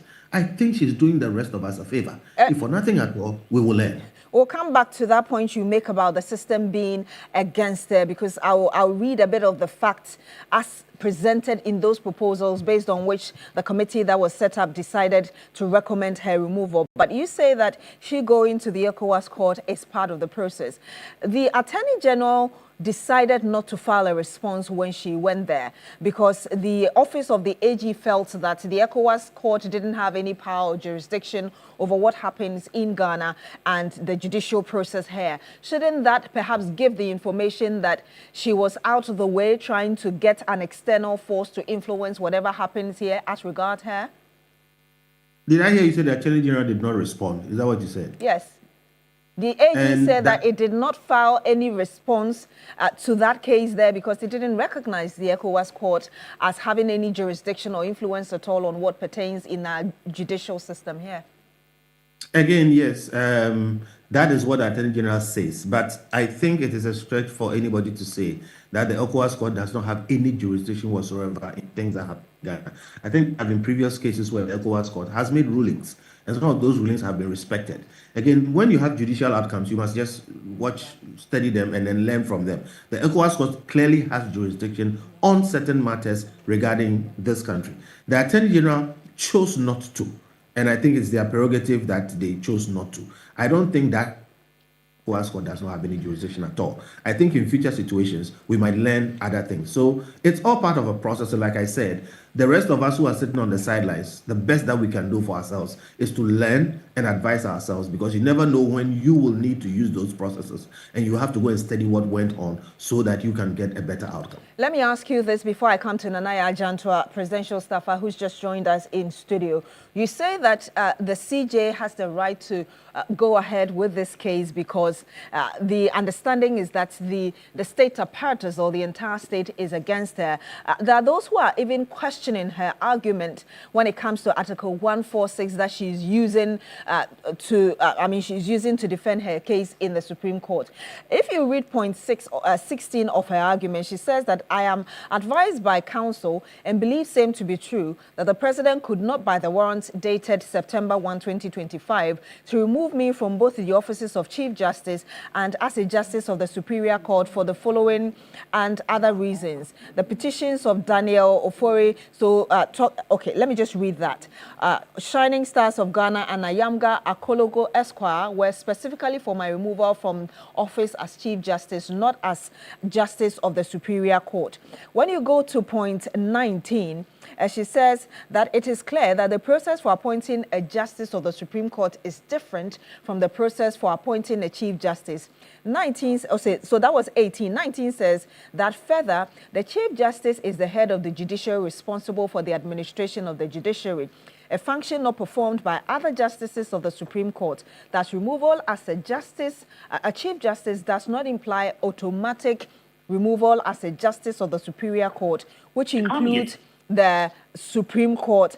And then 20 says that by purporting to remove me from office, both as a Justice of the Superior Court of Ghana and as a Chief Justice by a warrant, the President acted contrary to and in excess of powers conferred on him by Article 146 of the Constitution. But if you read Article 146, of course, from Clause 6 to 11 talks about the removal of the Chief Justice. But if you read from 1 to 5, it talks about removal of a Justice of the Court as well. So there are those who are arguing that even her own argument with Article 146 is contrary to what Article 146 states. How do you respond to that? In short, you are going into the merits of the matter, and I don't think it's proper. This is why the matter has gone before the Justice of the Supreme Court. Trust me, they have better resources and better knowledge and better experience to determine these matters, and we should not go into those merits here. And so I'm not going to go into the merits. But what I will say is that, one, it is clear that there is a matter there. There is a case there. All right. And let us leave the justices to take their time and go through the case. Let me just give you an idea why I say it is clear that there is a case there. And before I get there, you were saying that I'm saying that the whole state is set against that. No, that is not what I said or what I meant. What I said is that when it looks like, when it seems like, okay, all the organs of state are arrayed against you, then you may have to seek help from elsewhere. And there are times when it gets to that position. You have a situation where the judiciary, which is an arm of government, is the one that is arrayed against her, so to say. And the action is coming from the presidency, so to say. So you have a situation where two arms of government, all right, more or less look like they are arrayed against somebody. You get into some of those situations, okay? And when those things happen, you may have to resort to some other facilities that may be available to you. Now, to the substantive issue. Listen, there is the position of a superior court judge, or to that extent, a Supreme Court justice. And there is also the position of the Chief Justice. Those are two separate positions. And if you read the law itself, the law separates them. You go for vetting to be a Supreme Court or a Superior Court justice, all right? And you go for vetting to be a Chief Justice. The law itself sees the difference in the two. The Chief Justice has administrative and other functions that she performs that no Superior Court or no Supreme Court justice ordinarily performs. So there's a difference there. When it comes to the removal process, look at the Constitution itself. There is a difference there. There's a different bullet for removing a Superior Court justice and a different bullet for removing the Supreme Court justice. I can go on and on and on. But the point I'm making is that there is merit to this case. And that merit is not for you and I to determine. It is for the Supreme Court justices to take a hard look at and then make their determination based on their knowledge and their competence and experience. Let us leave them to do so. Those of us who are commenting on radio, let us appreciate that she has done the right thing by taking up the issue, because all of us will benefit whether she wins or she loses. And we will be the better for it because our Constitution will be explained better, expressed better, and some of these dark areas will be elucidated further. So, to the extent that she has taken it up and she has not broken any law to do so, I think she must be commended for the fight. The other issues, rather, which worry me are that, see, in a constitutional republic, like I said, until the justices make a final pronouncement, the matter is not finished. That is why we have things like injunctions. And when these matters are before a court, especially the Supreme Court, the parties must hold their hands. So you may say so, and other people may believe so, and all kinds of things may be said about the fact that, oh, the president has removed her, and yes, indeed, she has been removed. I think that until this matter is really finished, we should all refrain from saying some of those things. We can say them as a matter of, discussion, but the truth of the matter is that there is a possibility which is more than 0% that it can be found that she was not removed properly. And when that happens, there is a possibility, because that's a public office, that she can be reinstated. And in a proper constitutional republic, when these things are still being discussed, are still under adjudication, all the parties, and in this case, the presidency, must hold its hands, because the presidency is not the final arbiter in all matters. It is the Supreme Court. So the merits of the matter, let us leave it to the justices. But for all of us, if you send a matter to court, it is useful that these rules and procedures that the parties must hold their hand be respected by all persons. So let us wait and see what the justices say. But clearly, since the supreme law of the land, which is the Constitution itself, sees a difference in the offices of the Supreme Court Justice and the CJ, the Chief Justice, I think there is merit to these matters. Whether the merits are sufficient to arrive at the kind of outcome that she is looking for is another matter. But let this process play out. From one of our viewers for you, and it's because you mentioned that she can be reinstated, and Wisdom Gavor is asking whether, assuming she has been granted to become a Superior Court judge like she's asking for now, can she become a Chief Justice of Ghana again? And you already heard Madam Ayana talking earlier that as we speak right now, her image is already dented. So again, there are matters of law. And then there are matters of free conjecture. Okay, her image is dented. Oh, she should not be doing that. It does not look good. They are not matters of law. All right. And I am saying these things help expand the frontiers of our law and help explain our law better. It will be very useful to see how this ends. And like I'm saying again, when you hold a public office, nobody owns public office, not even the president. As different from a private employment. In the case of a public office, where it is found that somebody removed you unlawfully, you can be reinstated even with back pay. So let us let these processes run through. As for our free commentary, When we make them, let us appreciate that they are free commentary and it is not law. The law is that you can be reinstated in public office if it is found that you were improperly removed. I want you to hold on, Mr. Bento, because I need to get the thought of Nanaya Ajantua, and then I'll come back to you for your final word before you take leave of us. Nanaya Ajantua, please. You're welcome. Good morning to you. Back to him. He's spoken for he needs to answer a particular question. Any question. Good morning, viewers. Good morning, Auntie. Good morning, Beatrice. Today, I'm saying greetings to my people in Ashanti region, and my condolences is my family, but I'm saying my condolences, and I will be there, but I have to come and finish this assignment. You know, everybody knows that Santihima is gone, and Santima is in mourning.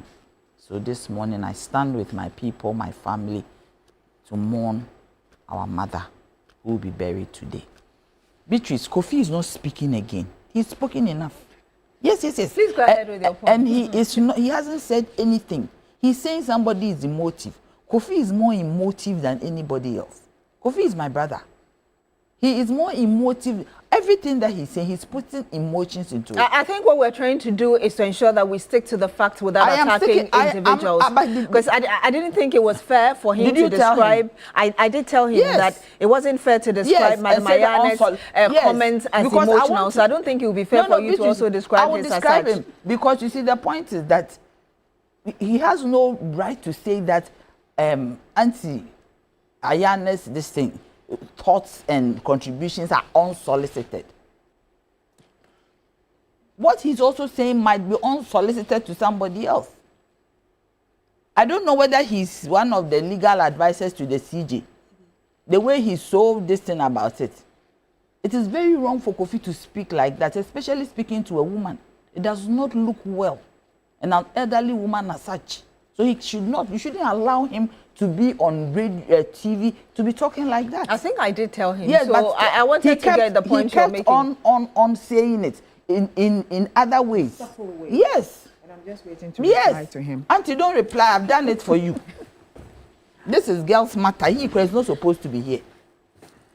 So the point, I just want your view on... What is my view? Yes. I mean, this thing has happened. Kofi is telling us that there should be a judicial pronouncement.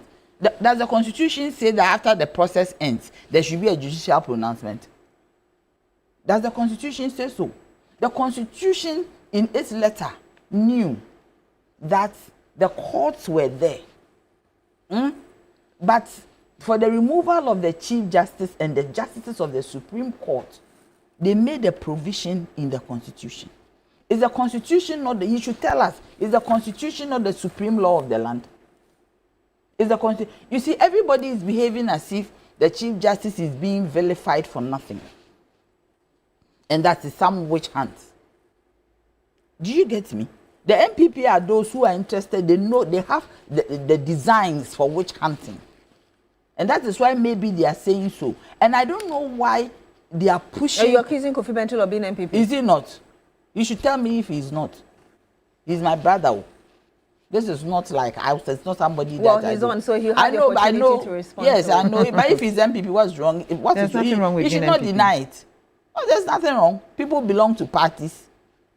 There's nothing wrong. And I wasn't even referring to him on this matter. I'm referring to all the assigns, the people who are in court with her, pushing her. You see, yesterday I saw something on your TV, and I was sad. The TikToker. Yes. Jail 7 months. This was a guy, he was alone. But behind the scenes, who was pushing him to do what he was doing? As he was, even though he didn't even have a lawyer. And looking at how he looked like, who was pushing him to do all the things? I believe this TikTok thing, you need data, right? This man didn't look like somebody who can even buy anything for himself. So who was financing him to do all those things? The same way Chief Justice is being pushed to go here. Listen to Kofi. Somebody is pushing him to go here, go there. She said in her affidavit that her lawyers are advising her, and she believes her lawyers. But Kofi is one of them. Is Kofi not one of them? The way Kofi is defending this matter like this, is he not one of them? He says he's talking as a lawyer. You see, and Kofi should not speak as if everything everybody has said is wrong. He's not a doyen of the law. He's part of it. And people interpret the law in pieces and in parts. And when we put everything together, you have a whole. Do you get me? So the Kofi is speaking as if whatever every contribution that people have given, it is null and void. It is not law. You see, the Chief Justice is. I'm happy that he said the Chief Justice is responsible for the administration of the judiciary. Because when all these things were going on, at a moment I paused and I said, everybody is saying that she's being witch hunted and all that. Let me sit back and see what's going on. I picked a letter and looked at the accusations. Then I looked for her conditions of service to see if actually she was wrong or right. Do you get me? Everybody says she was right to pay per diem to the husband and all that. When we finish, I'll send it to you. When you look at her conditions of service, clauses 9, 10, it talks about official travels. And those official travels, she can go with her husband. And 50% of her per diem will be paid to her husband for that one. And on her private travels, because of security, if you go on a private travel, it's as if you're on leave. And if you're on leave, you go on your own, even if you have an official capacity. So I looked at that one. She is supposed to go with an aide, a security. Do you get me? Because of her protection. But if for any reason, you see, public service is funny. Kofi has been in private service all his life. So he doesn't know how public service works. My dear, public service, you might not have even stolen a penny. But because of procurement breaches, you'll be in trouble. Or some breach of your conditions of service. So when she was traveling, if she went with her husband on a private visit and even paid that 50% per diem, then she had already breached her conditions of service, which is not good enough. In some cases, you'll be sent to court to be prosecuted. Because not that you have stolen money, you have violated conditions of service that has been approved. Okay, so if you want to use a certain portion of a law to suit another section of the law, in public service, you write to your superior that I have this opportunity in section 910. Can you vie it for me to use this in section ABC? Because maybe on this trip, I need to go with my husband. I heard people saying that she did it, the finance people did it on her behalf, the audit. No. Now it is even clearer for me. As the head of the administration of the judiciary, you should have at your fingertips conditions of service for even your staff. Who approves it? Maybe the head of the judiciary. The administrative head, she is so. So when they put the paper before you, they bring you a voucher. You know what you are signing. Maybe the finance director will sign it on her behalf. But they will bring it to you. When you are going, you sign for your per diem. Your husband will have to come and sign. So she didn't see, as a lawyer, a Supreme Court judge, somebody who has gone through the ropes, did not see that what she was signing for her husband or what her husband was coming to sign was wrong. So you obviously disagree with Kofi Bento's argument. I'm saying that Kofi is not talking about what happened. You see, when Mrs. Sophia Akufu was speaking, she never said that Auntie Saba was right. She said that this does not deserve the punishment that she's getting. But who determines that? Somebody wrote a petition according to this constitution. Is Kofi telling us that the procedure in Article 146 has not been used? If it has not been used, then it's a different matter. If it has been breached by step, even if somebody sends a petition and says that you did not look at my face properly and you squeezed your face and you pouted your lips at me, I write a petition and it goes before a committee as stipulated in the Constitution, and the committee believes that what the person is saying is very, very verifiable, that you did it, Do you get me? The committee can recommend. Number 2, Kofi, you are a lawyer. And you are within the justice system. Me, I am not a lawyer. The people who sat on this committee, does Kofi doubt their credibility? If Kofi doubts their credibility, then the same Supreme Court that the woman is going to, the people are there. Is Mama not there? Is the second one, I don't remember his name. Is he not there? Do you get me? These are the people who are there. And their colleagues.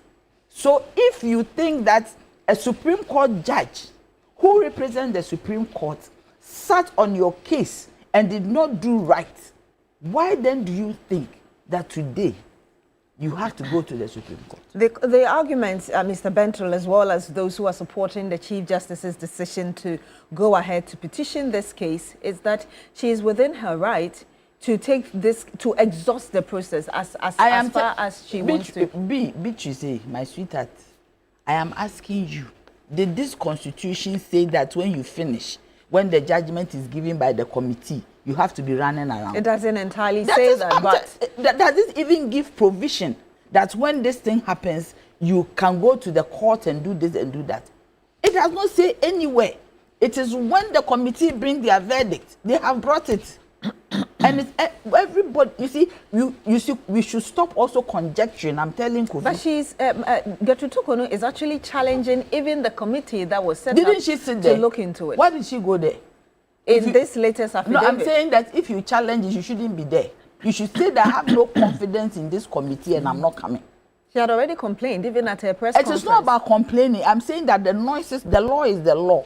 No matter the noises that you make, you squeeze your nose, you pout your lips, you bat your eyelids, the law is the law.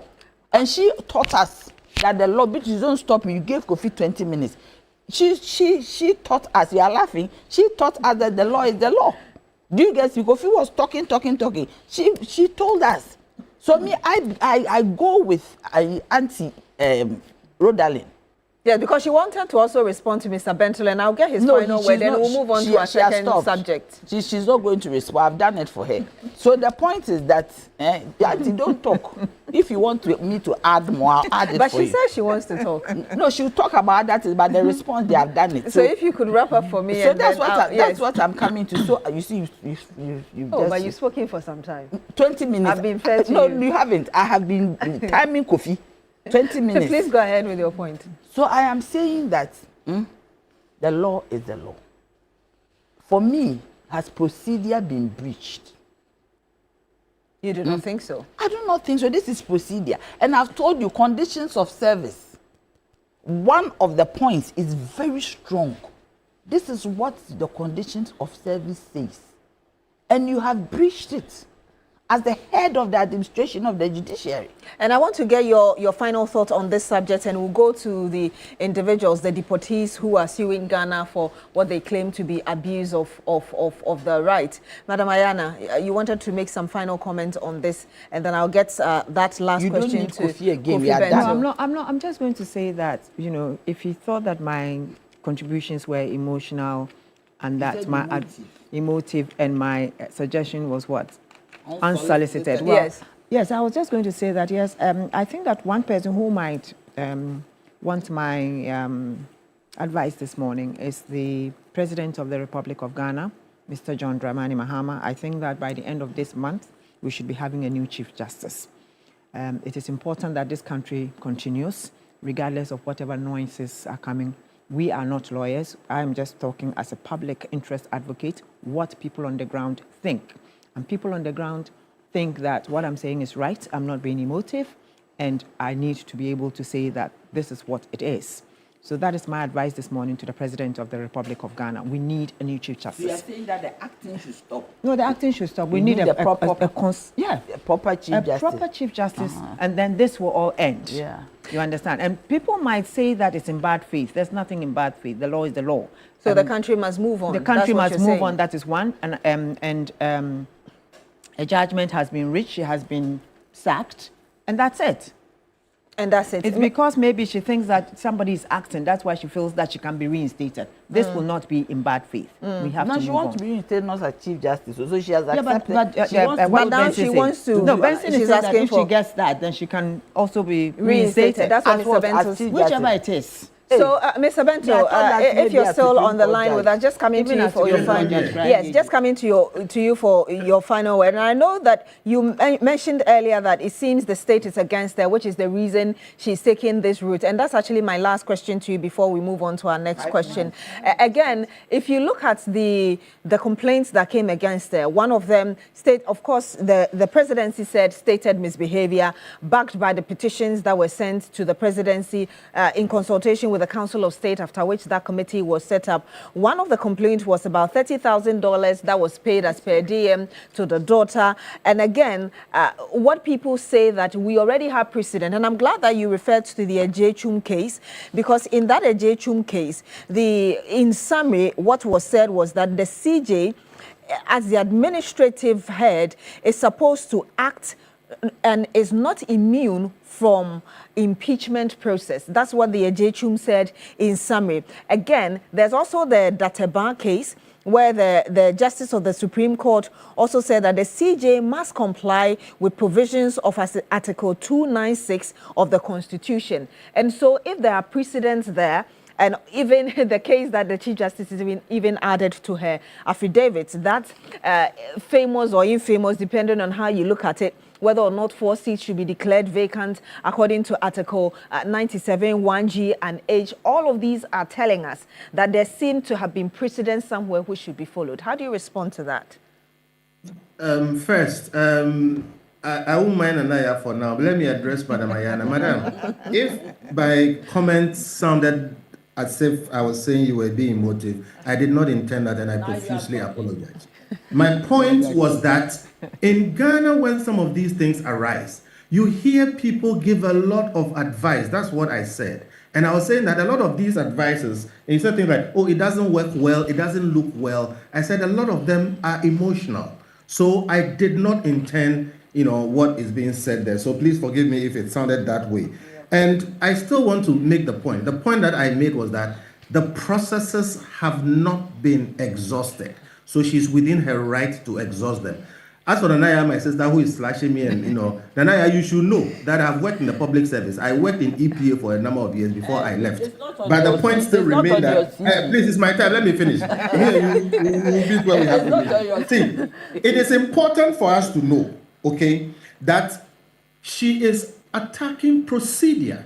And I keep saying that, look, you may think that, why is she doing this? It is good for us. Whether she wins or she loses, it is good for us to exhaust the process. And please, let us all learn this fact that if you are in public office and you are wrongly removed, you have a right to be reinstated. These are all principles. And when we state these principles, we don't state them because of a particular personality. Look, I practice in the Supreme Court.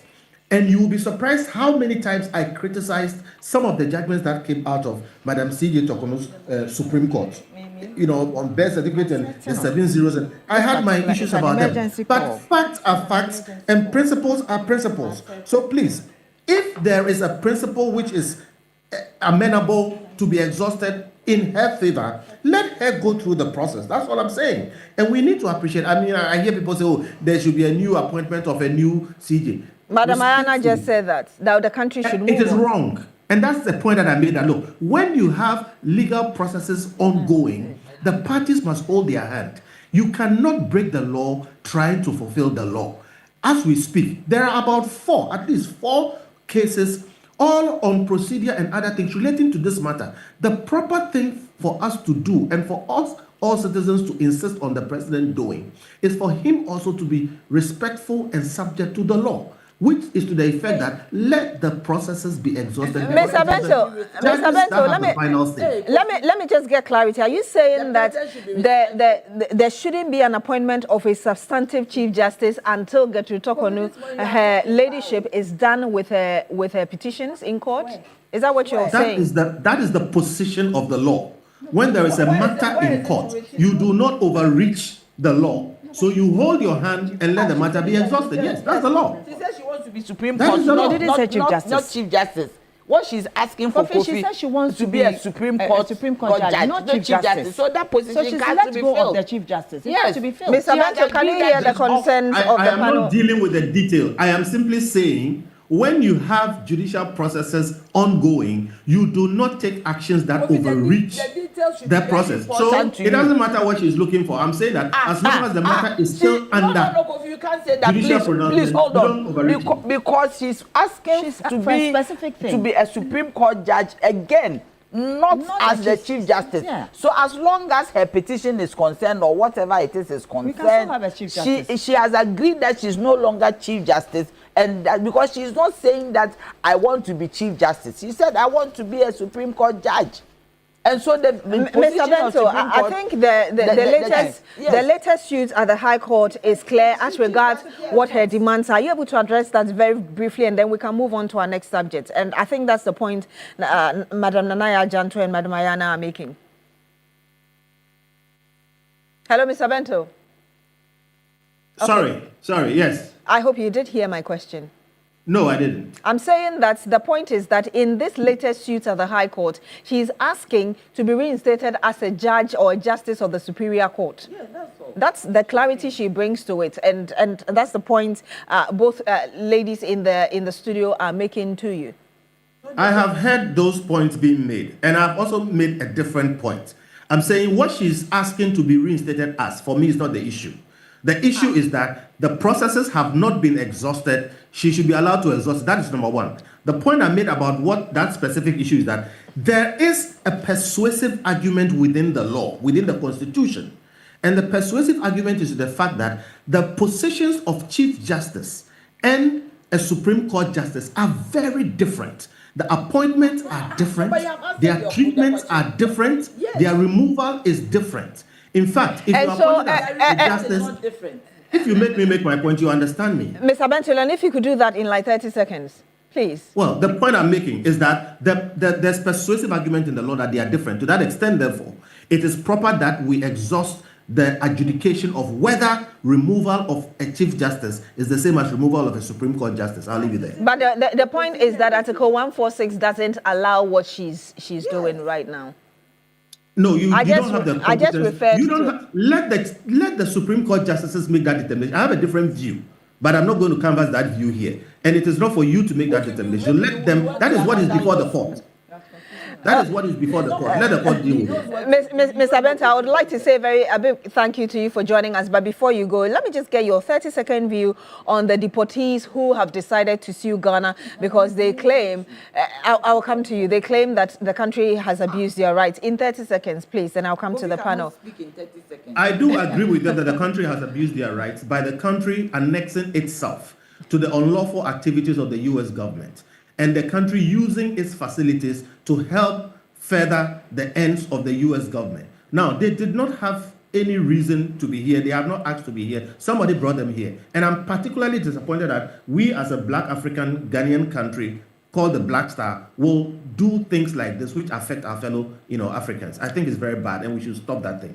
We should stop that thing. Thank you very much, Kofi Bento, lawyer, Mr. Kofi Bento, lawyer and Vice President of Imani Ghana. Let me say that we'll be joined very shortly as well by the Commissioner of the Commission on Human Rights and Administrative Justice, Raj, Mr. Joseph Whittal. He'll be joining us very shortly, but let me get very shortly.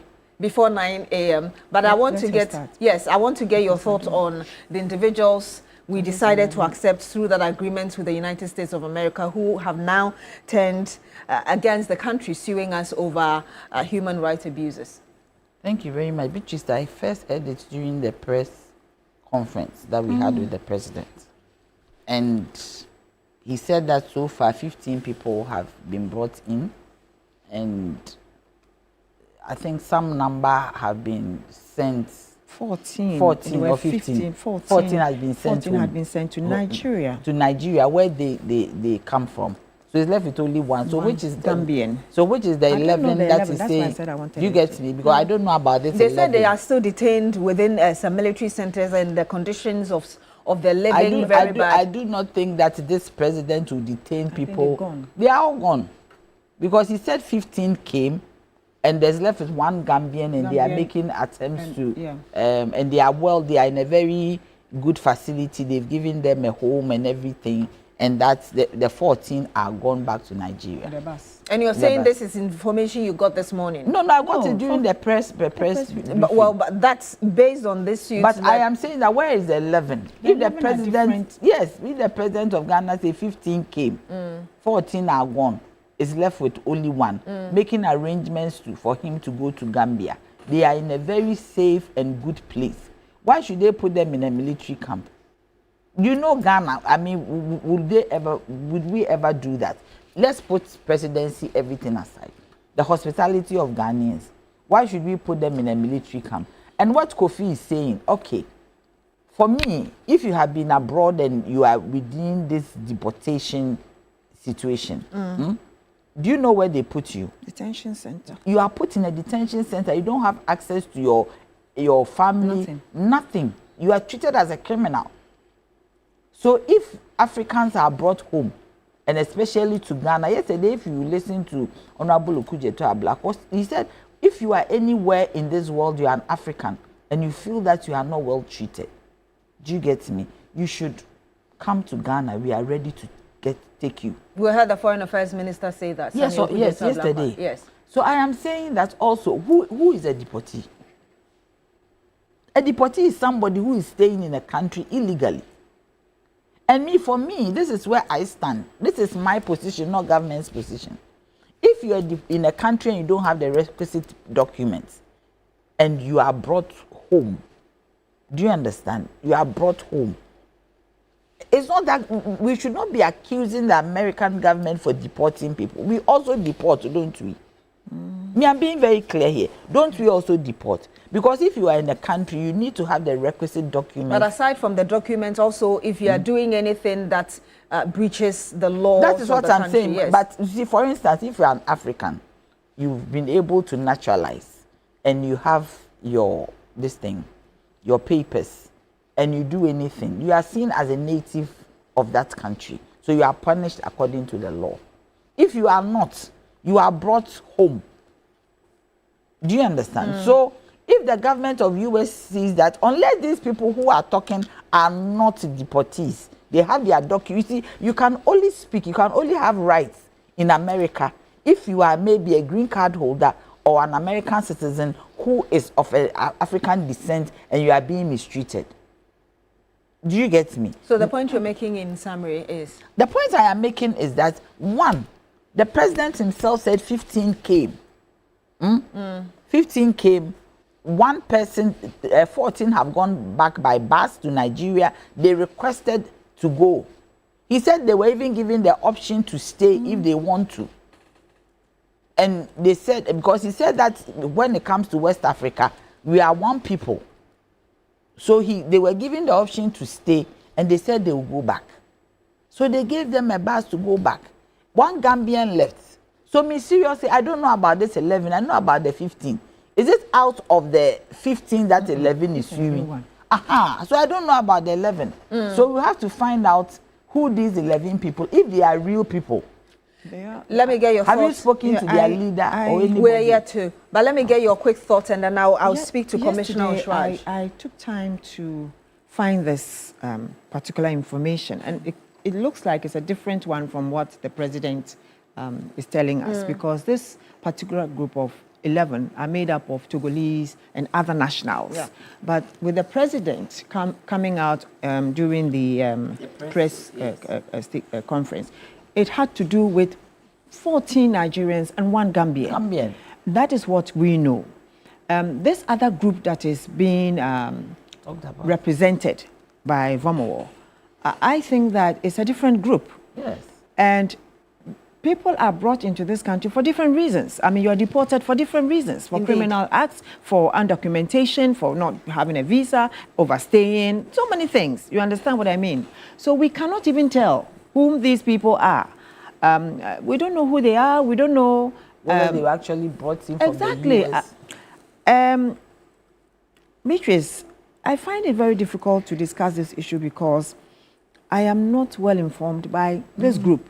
All I know is that a group that is being represented by Vamo is suing the Ghana government for maltreatment. And I'm asking, where are they? Where are they? Where have they put them? Why haven't we heard about them?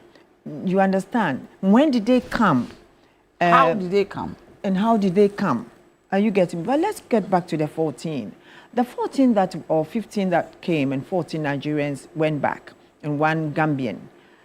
Stories from the group that I was reading, they were saying that one of them had been the group that came, this 11, one of them apparently had been brought and had been sent back to Gambia and was being hounded because he was a bisexual. In Gambia? Yes. Yes, you understand? That Yes. one, is it our business? And that one has nothing to do with us.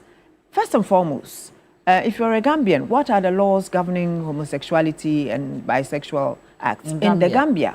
And the second thing is that I find it very strange that somebody who has this would even be deported from America, maybe because it's a Trump regime. But if he went during the Obama regime, which was more lenient to bisexuals, I am sure he would have been documented.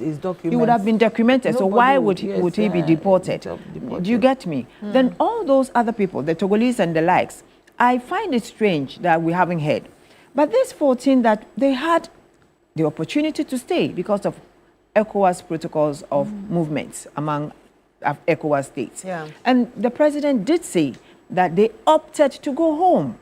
So it was only this one Gambian, and this Gambian who's supposed to be a bisexual, I don't know if he's part of this group. All right. And I want us to get a very quick word from the commissioner of the of Shraj, Joseph Wetao, because this same story has been published by Labour General, giving credit to the CNN, which says 11 West African nationals hailing from countries including Nigeria, Liberia, Togo, the Gambia, and Mali have filed a legal challenge. Yes, that's the source. They are giving the source to CNN against the Ghanaian government, accusing it of unlawfully detaining them after secretive transfer from immigration detention centers in the United States. The case lodged at the Human Rights Division of the High Court in Accra raises serious allegations of human rights violations and breaches of both Ghanaian and international law. Mr. Wetao, good morning to you. Thank you so much for joining us. Good morning, Beatrice. If you can tell us what your general understanding of, as regards what's going on, really, what's your general understanding of it? Right. I think from your discussants, it's obvious that we need certainty about the group that is currently before the Ghanaian courts.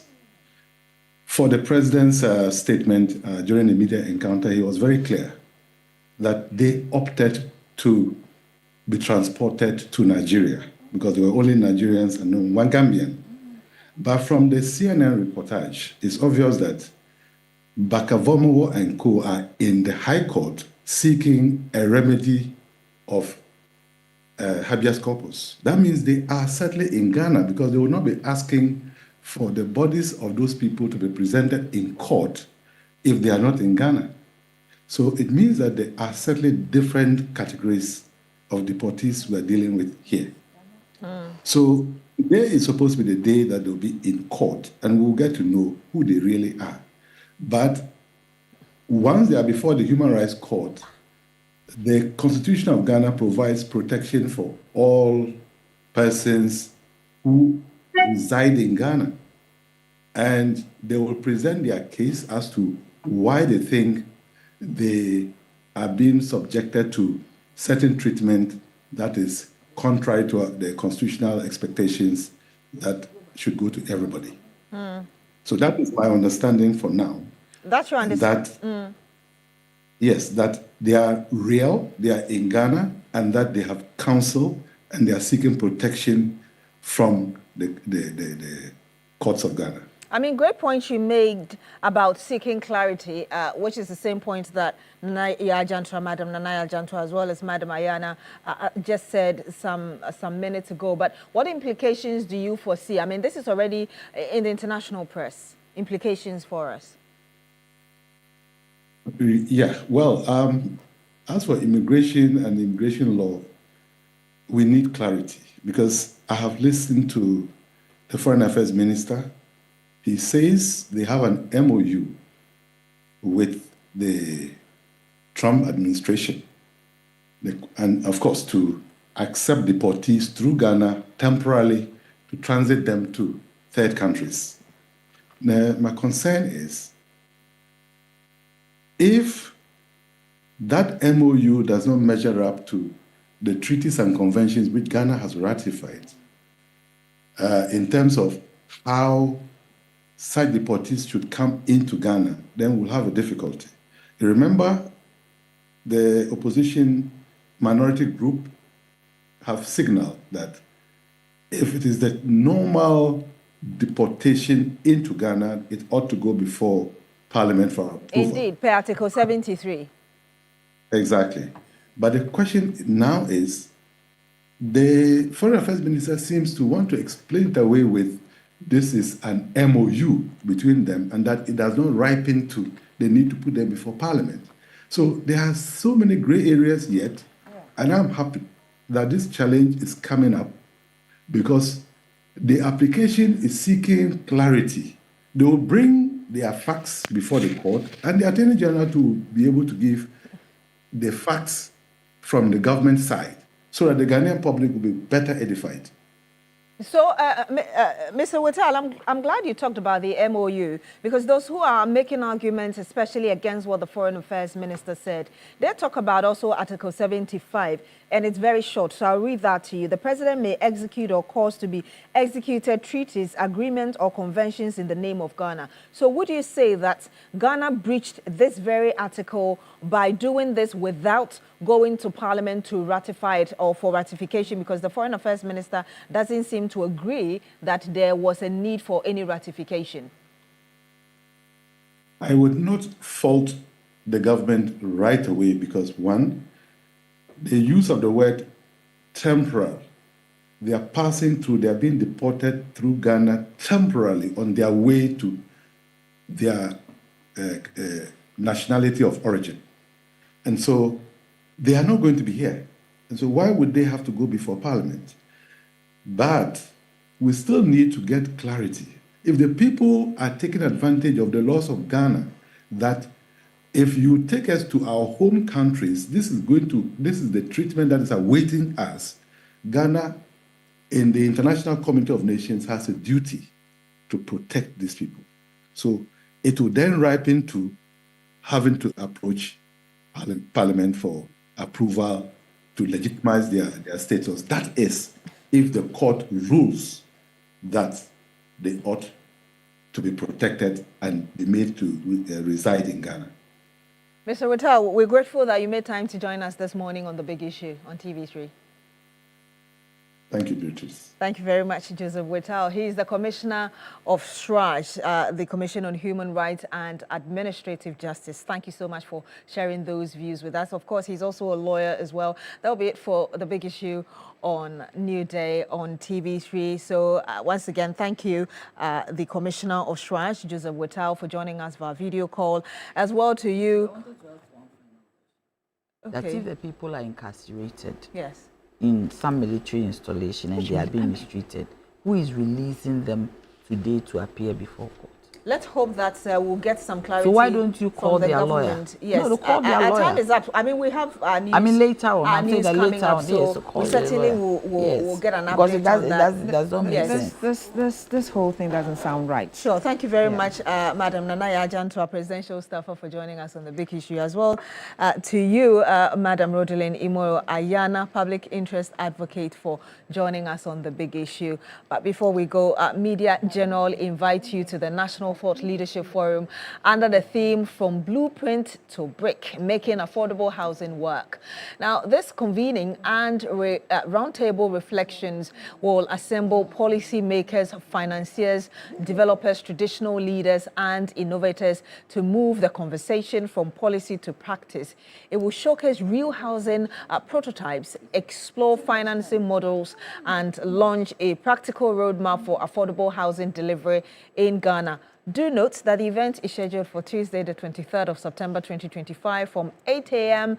to 11 a.m. at the Labadi Beach Hotel Omanye Hall.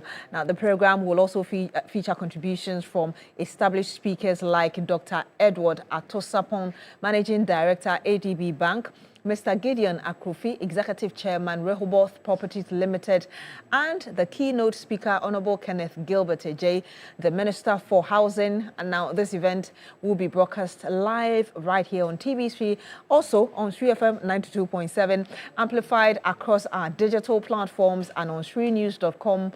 Remember that for enquiries, you can always call Lily at 05927642279 and Alfred at 02412726606. This advert is brought to you by ADB Bank and proudly sponsored by Rehoboth Properties Limited and supported by Syntex Tank, Lakeside Estates and Labadi Beach Hotel. You're still here on New Day on TV3. My name is Beatrice Edu. Stay with us. We'll be right back.